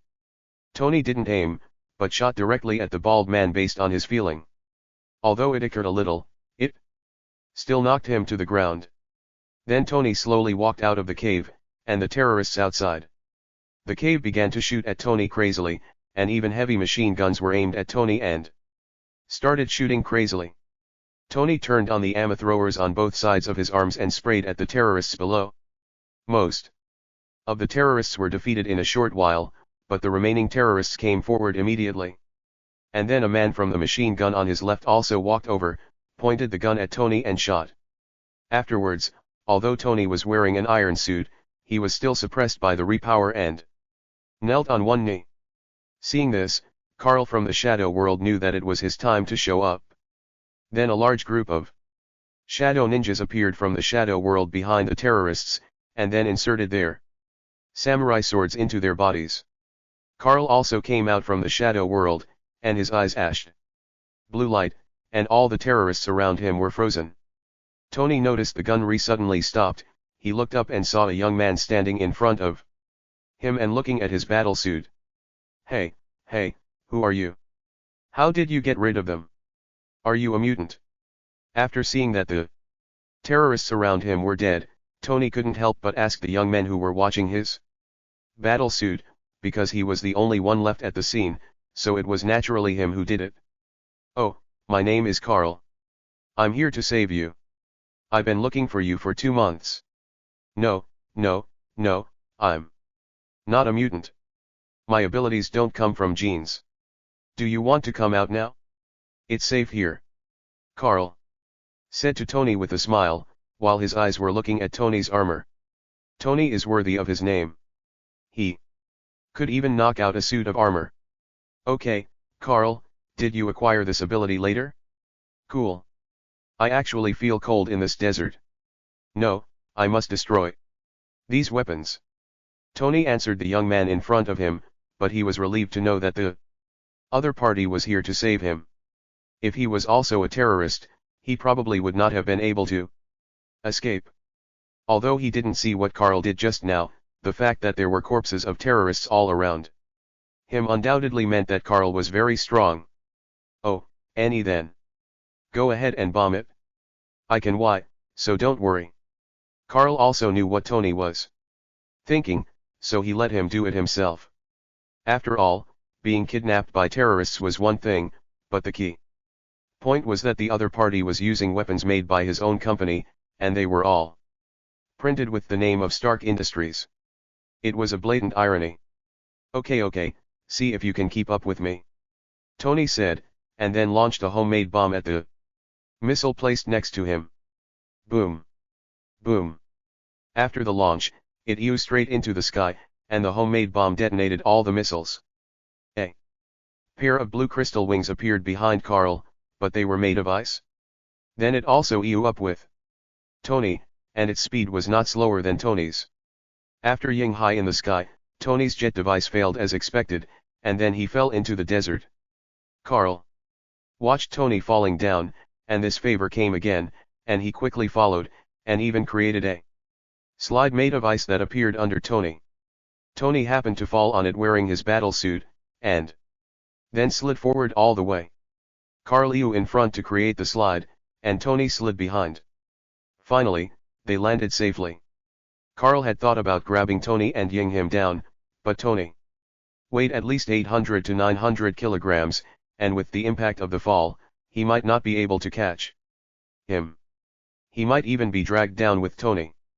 Although Carl's body had been strengthened by the shadow energy, he was not yet able to lift something weighing nearly 4 or 5 tons. Woohoo! Exciting! Good boy, that's great. I thought I was going to fall, and you saved me again. Tony said to Carl excitedly, his face full of excitement. You owe me 3 favors now, Tony. Carl said to Tony with a smile after he dispersed the frozen slide. Oh fuck, there are obviously 2. How can there be 3? Tony said loudly to Carl. Are you sure? Look who that is. Carl looked at Tony with a smile and pointed behind him. Behind Tony, 2 shadow ninjas came out of the shadow world with Yingsun. What? Who is that? Oh my god. Yingsun, you're okay. Oh my god. Tony turned around indifferently and saw a familiar Gur. He immediately exclaimed, because Yingsun was the person who saved his life and even bought time for him to lure away the terrorists. Hey, Tony, Carl saved me, so I'm any dot. Yingsun also looked at Tony with a smile, and then the 2 hugged each other. Okay, Frozen Boy, 3. And where did you hide Yingsun just now? There is obviously no one here. Tony said to Carl helplessly, but his unyielding character immediately teased Carl that he was the Frozen Boy. I placed Yingsun in the dark world, which is the other side of the world. Carl ignored Tony's ridicule and rolled his eyes at him, then explained. Carl had a deep understanding of Tony's sharp tongue when watching the movie. Oh okay, how do we leave now? Although Tony was a little curious, he didn't ask directly, but asked. How to leave now? That depends on where you want to go. The nearest military base is New York, or your own home in Marbury, California. Carl raised his eyebrows and said to Tony nonchalantly. Can you take me back to my home now? How could that be? Where's the car? In the plane? You're not going to wire us directly back. Tony looked at Carl suspiciously. After all, Carl came here alone, and even if he had a car or a plane, he would have to stop at the airport. No need, just tell me where you want to go. Carl said to Tony calmly. Go to New York. Ensign, come back with me. If you go back to your hometown now, you can't change the status quo. Only by going with me can you change it. Besides, I am the chairman of Stark Industries. After Tony and Carl finished speaking, they persuaded Ensign. Tony already regarded Ensign as his friend. He didn't want Ensign to return to his hometown, where there was still war. If Ensign went back, he would probably be in great danger. This is good. After listening to Tony's words, Ensign thought about it and agreed. What Tony said made sense. Even if he went back, he could only rely on his medical skills to save some wounded people. But it would be different if he followed Tony. After all, he was the president of Stark Industries, and could definitely do more than what he could do if he went back. When Tony saw that Yingson agreed, he looked at Carl, and Carl smiled mysteriously. Then two shadow ninjas appeared behind Yingson and Tony and took them into the shadow world. Another one also appeared behind Carl. After Tony entered the shadow world, he immediately looked around, and there was only pitch black all around, which was even a little creepy. Chapter 26 Jarvis's Misunderstanding. Tony looked around with a trembling heart, because it was too dark. If someone hadn't held him up, he would have probably fainted. If you look at the darkness for too long, you will feel as if you are going to be swallowed by it, and you may even make up some things in your mind. As for Yingson, he was okay, because he had been here before, and he no longer had anything to fear in his heart. After all, he was not afraid of death. Carl chuckled at Tony's embarrassing look and wanted to take a picture of it with his mobile phone. Then a shadow ninja took them to New York. However, they were in the shadow world, and it was very fast to reach any place in the shadow world. So about an hour later, Carl appeared in Tony's mansion with Tony and Ensign. Oh shit. I don't want to enter that world of yours again. The more. After Tony came out of the shadow world, he said something to Carl and started vomiting violently, vomiting out all the food he had eaten from the terrorists. Tisk, I don't want to let you in. I should have taken a picture of your embarrassing look and posted it online. Hello, Jarvis. Carl curled his lips, and then said mercilessly, even greeting the RD Intelligence Jarvis directly. Hello, gentlemen. Boss, you are not in a good condition right now. I have contacted Ms. Pepper and she is on the way. Jarvis said to Tony after greeting Carl and Ensign. Carl didn't care at all that this was Tony's house.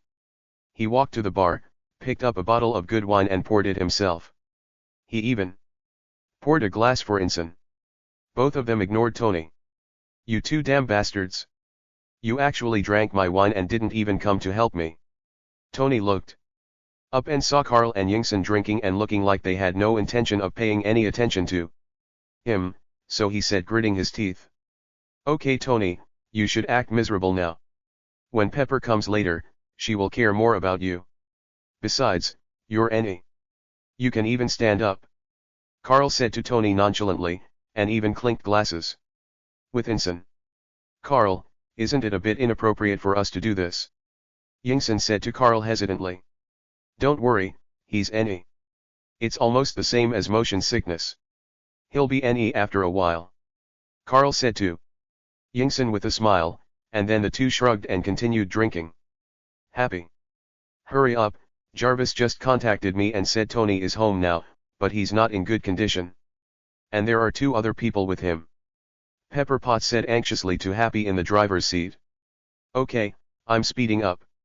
Happy stepped on the accelerator to the bottom, and the Rolls-Royce rushed to Tony's villa at a high speed, but there were several black cars following them, which were LLED with Stark Industries security guards and Tony's bodyguards. After all, Jarvis said that there were two other people coming back with Tony, and asked Pepper to bring them along. Jarvis naturally put Tony's safety as his RST priority, so when he was not sure whether Carl and Ensign were friends or enemies, he would naturally notify Pepper to bring bodyguards, and even greeted Carl and Ensign to avoid alerting them. Hurry up. Click click click click. After Pepper Potts brought a group of people to the gate of Tony's villa, Jarvis opened the door for them directly, and then they quickly moved forward in the direction Jarvis told them. When they were about to reach the living room, a transparent protective shield suddenly dropped next to the bar where Carl and Ensign were sitting, trapping Carl and Ensign inside.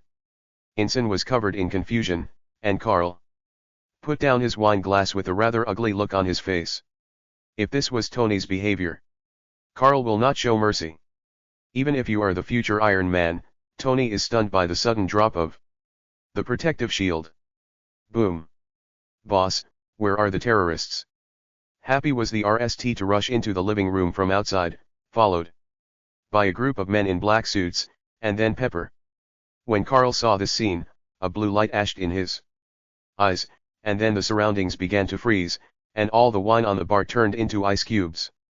At this moment, Tony also understood why it happened. No, no, no. Jarvis, open the shield. They are my saviors. They are not terrorists. Hey, Carl. Don't be so excited. This is Jarvis's doing. Hey. Tony saw the warmth around him. The temperature began to get colder and the protective shield began to freeze, so he immediately stood up and explained loudly. And he pushed away Happy who was blocking his way. After all, Carl and Yingson were the ones who saved him. If they hadn't been there, he would have died. Not to mention that if Carl was pissed off by them, the people present would have been. They would probably be killed instantly. Carl killed all the terrorists within 2 seconds. Yes, boss, I'm sorry, gentlemen.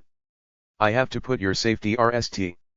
After hearing Tony's words, Jarvis immediately put away the protective shield, apologized to Carl and Ensign, and explained the reasons for doing so. I'm sorry, Carl, Ensign, I didn't know Jarvis would do this. Happy, take them out. Tony walked up to Carl and Ensign and apologized, and then asked Happy to take all the bodyguards out. Go with. Hey, Tony, what's going on? Pepper walked up to Tony and asked. They are my friends and my saviors. Jarvis made a mistake. It's okay. Come on, guys. Let's have a drink. Tony smiled and explained to Pepper, then walked to Carver. He poured himself a glass in front of them and raised it to Carl and Yingson. Carl did not refuse him, and clinked his glass with him. Because Carl dissipated the freezing power when Jarvis put away the protective shield, and the wine returned to its original state, but it was colder. Okay, Tony, I'll come see you in a few days. You probably still have a lot of things to do now. Let's go. Carl said to Tony after drinking, and then walked directly to a corner with a shadow. Per looked at Carl's behavior in confusion, and then Carl went straight into the darkness and disappeared. Oh my god. Tony, did you see that? He just disappeared like that? He. Pepper spoke to Tony a little incoherently.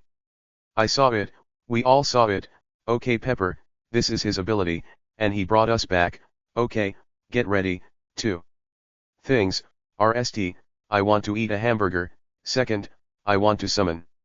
Hold a press conference, you arrange it? By the way, Jarvis, arrange a room for Yingson.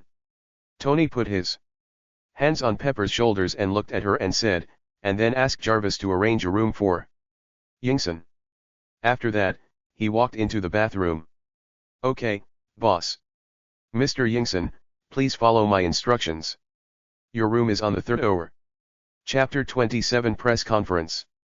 After Carl returned to Queens from the shadow world, he sat on the sofa and recalled the plot of the movie. After the news of Tony Stark's return to New York was spread, Carl suddenly thought of something and took out the high-speed Bluetooth. Speedy, sell all of Stark Industries stock when it's at its highest. You have to sell it before he holds a press conference. Carl pressed the Bluetooth and said to Speedy. He remembered that Tony would hold a press conference and announce that Stark Industries would close its weapons manufacturing and R&D department. At that time, Stark Industries stock would plummet again. Yes, boss. A fast electronic sound came from the Bluetooth, and Carl breathed a sigh of relief. If he hadn't remembered it, he would have lost billions. Carl is planning to sell at a high price now, and then when Tony announces the closure of the weapons manufacturing department and the stock price plummets to the freezing point, he will buy the stock again. After Tony announces his identity after the battle with Obadiah, his stock will usher in a big rise. And he can even control the shares of Stark Industries. Carl is ready to ease the wool to the end. Carl did not tell Aunt May and Wanda about going to save Tony. He knew that every time Wanda and Pilot heard the name of Stark Industries, there was hatred in their eyes. In order to avoid them being unhappy after knowing that Carl went to save Tony, it would be better not to tell them directly and guide them slowly later. It is not good for two children to harbor hatred. It seems that the weapons of Sokovia were not in the document signed by Tony, but in the document signed by Obadiah, that is, Obadiah sold them to the terrorists in Sokovia. Although it was not Tony's fault, he was somehow related. So Carl did not intend to teach Wanda and Pilot to forget these, but planned to let them see the death of their enemies with their own eyes. The other side. Tony took a hamburger and drove to the press conference in a Rolls-Royce, while Ensign chose to rest at home. Tony also knew Carl's identity. He only needed to use Jarvis to check it, and he also asked Jarvis to record Carl's cell phone number. Tony reluctantly regarded Carl as a friend. After all, he saved himself twice and also saved Yingson. Although he understood that Carl must have a purpose in doing this, he didn't care. Besides, Carl was so powerful, and Tony was lucky to have such a friend. Hey Tony, oh, God, I knew you would be any. Obadiah helped Tony open the car door and hugged him, saying with a tone of relief and surprise. Hey Stan, you don't know what I went through there. 3 whole months. I couldn't even have a hamburger. Tony hugged Obadiah and said a little excitedly. After all, he shudders when he thinks of his life in those 3 months. Okay, it's okay. You're home. By the way, is there one for me? Obadiah patted Tony's shoulder kindly and asked. No. Just this one, that's all, seriously. Tony said to Obadiah after taking a bite of the burger. Okay, let's go. Reporters from major newspapers are already here. Obadiah said to Tony helplessly, and then took him into the company. So, I have decided to close down Stark Industries' weapons manufacturing department. And never activate it again. Tony stood on the podium and RST said a bunch of useless words, then was silent for a moment and announced his decision. Hey, he's drunk. Yes, he's drunk. Please pay attention to the decision of the Stark Industries Board of Directors for future news. When Obadiah saw that Tony actually told the media that he wanted to close the weapons manufacturing department of Stark Industries, he immediately stepped forward and pulled Tony away. He explained to the media reporters and took Tony away. Hey, Tony, how can you say that to them? We are an arms company. Now that you're closing the weapons manufacturing department, what are we going to do? Are we going to sell baby PCERS? Obadiah took Tony to the large reactor in the factory and said to him. No, Stan, I think we should change the direction of the company's development. How about clean energy? Tony said to Obadiah nonchalantly, but he did not let go of the weapons manufacturing department. Hey Tony, we haven't been researching clean energy for long. You have to come up with something for me to shut up those board members. Like this. Obadiah looked at Tony helplessly, then suggested. pointing to Tony's chest. Who told you, Pepper? Happy? Or that group of bodyguards? It should be that group of bodyguards. Okay, you see, but he only belongs to me. Tony said to Obadiah, a little confused, because he didn't know how he knew that there was a reactor on his chest, and he unbuttoned his shirt to reveal the reactor.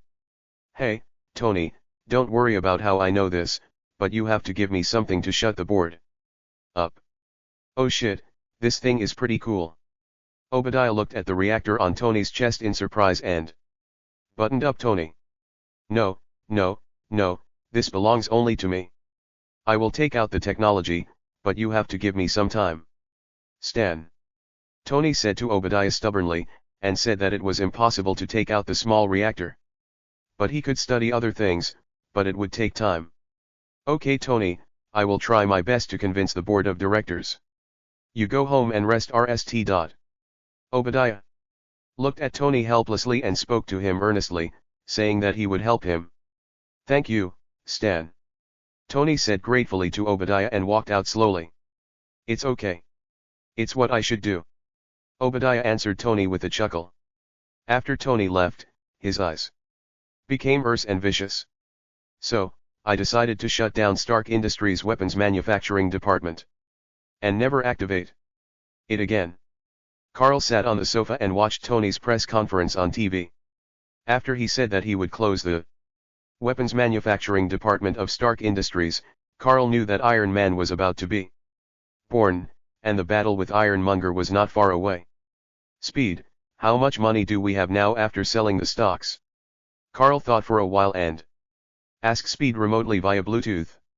Speed sold all of Stark Industries stocks when Tony entered the press conference. Boss, we now have $60 billion. A very fast electronic voice came from the Bluetooth, and then told him how much money he had now. 6 billion, that's a lot. When Stark Industries stock plummets to the bottom again, buy all of it. If anyone wants to sell shares, buy them all at a low price. Carl said to Jisoo on the other side of the Bluetooth. After all, Stark Industries' value will skyrocket in the future. If you get more shares now, you don't have to worry about money in the future.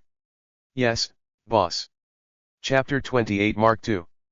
After Tony returned to his villa, he went to his basement studio, called out the model drawing of Mark I, and deleted some bulky parts to simplify its size and increase its accessibility, and then began to design Mark II. Jarvis, when Ensign wakes up, ask him to come to my studio to ND me. I need him. Tony said to the Artificial Intelligence Jarvis while dealing with the virtual model. Yes, sir.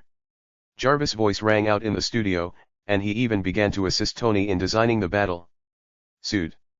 After Carl Nish training his superpowers with the perfect superpower training box today, he found that 3 months had passed. He even felt 3 different energies entering his body. Then he felt as if he had mastered the 3 superpowers. For the purpose of experiment, he thought of his farm in his mind. The next second, he disappeared from the spot and then appeared in his farm in the suburbs of New York. Seeing this scene, Carl couldn't help but smile, then he focused his attention on his eyes and looked at the land in front of him. Sizzle. Carl's eyes emitted red lasers, which shot earthly into the farmland, even punching 2 large holes in the ground. Carl then looked at a machine on the farm. After concentrating his mental power, he slowly lifted up the nearly 1-ton agricultural machine, using his telekinesis. After repeated tests by Carl, he has already mastered the 3 superpowers. Moreover, due to the influx of 3 energies, the number of shadow ninjas he can summon has increased a lot. He can now summon at least 1,500 shadow ninjas. He has even become more proficient in the ice fruit, perhaps because of his telekinesis. After Carl condensed 2 pairs of frost wings on his back, he could fly even faster, and he could also use telekinesis to bless him. Carl Nally stood in the farm and looked at his masterpiece with satisfaction, and then summoned the Black Shadow Ninja to tidy up the farm. After nishing it, he returned to his home in Queens. The next few days were just like usual, spending time with Aunt May and going on various dates with her. Then he bought a large amount of Stark Industries stock when it was at its lowest point, until one day. Order. Carl's cell phone rang.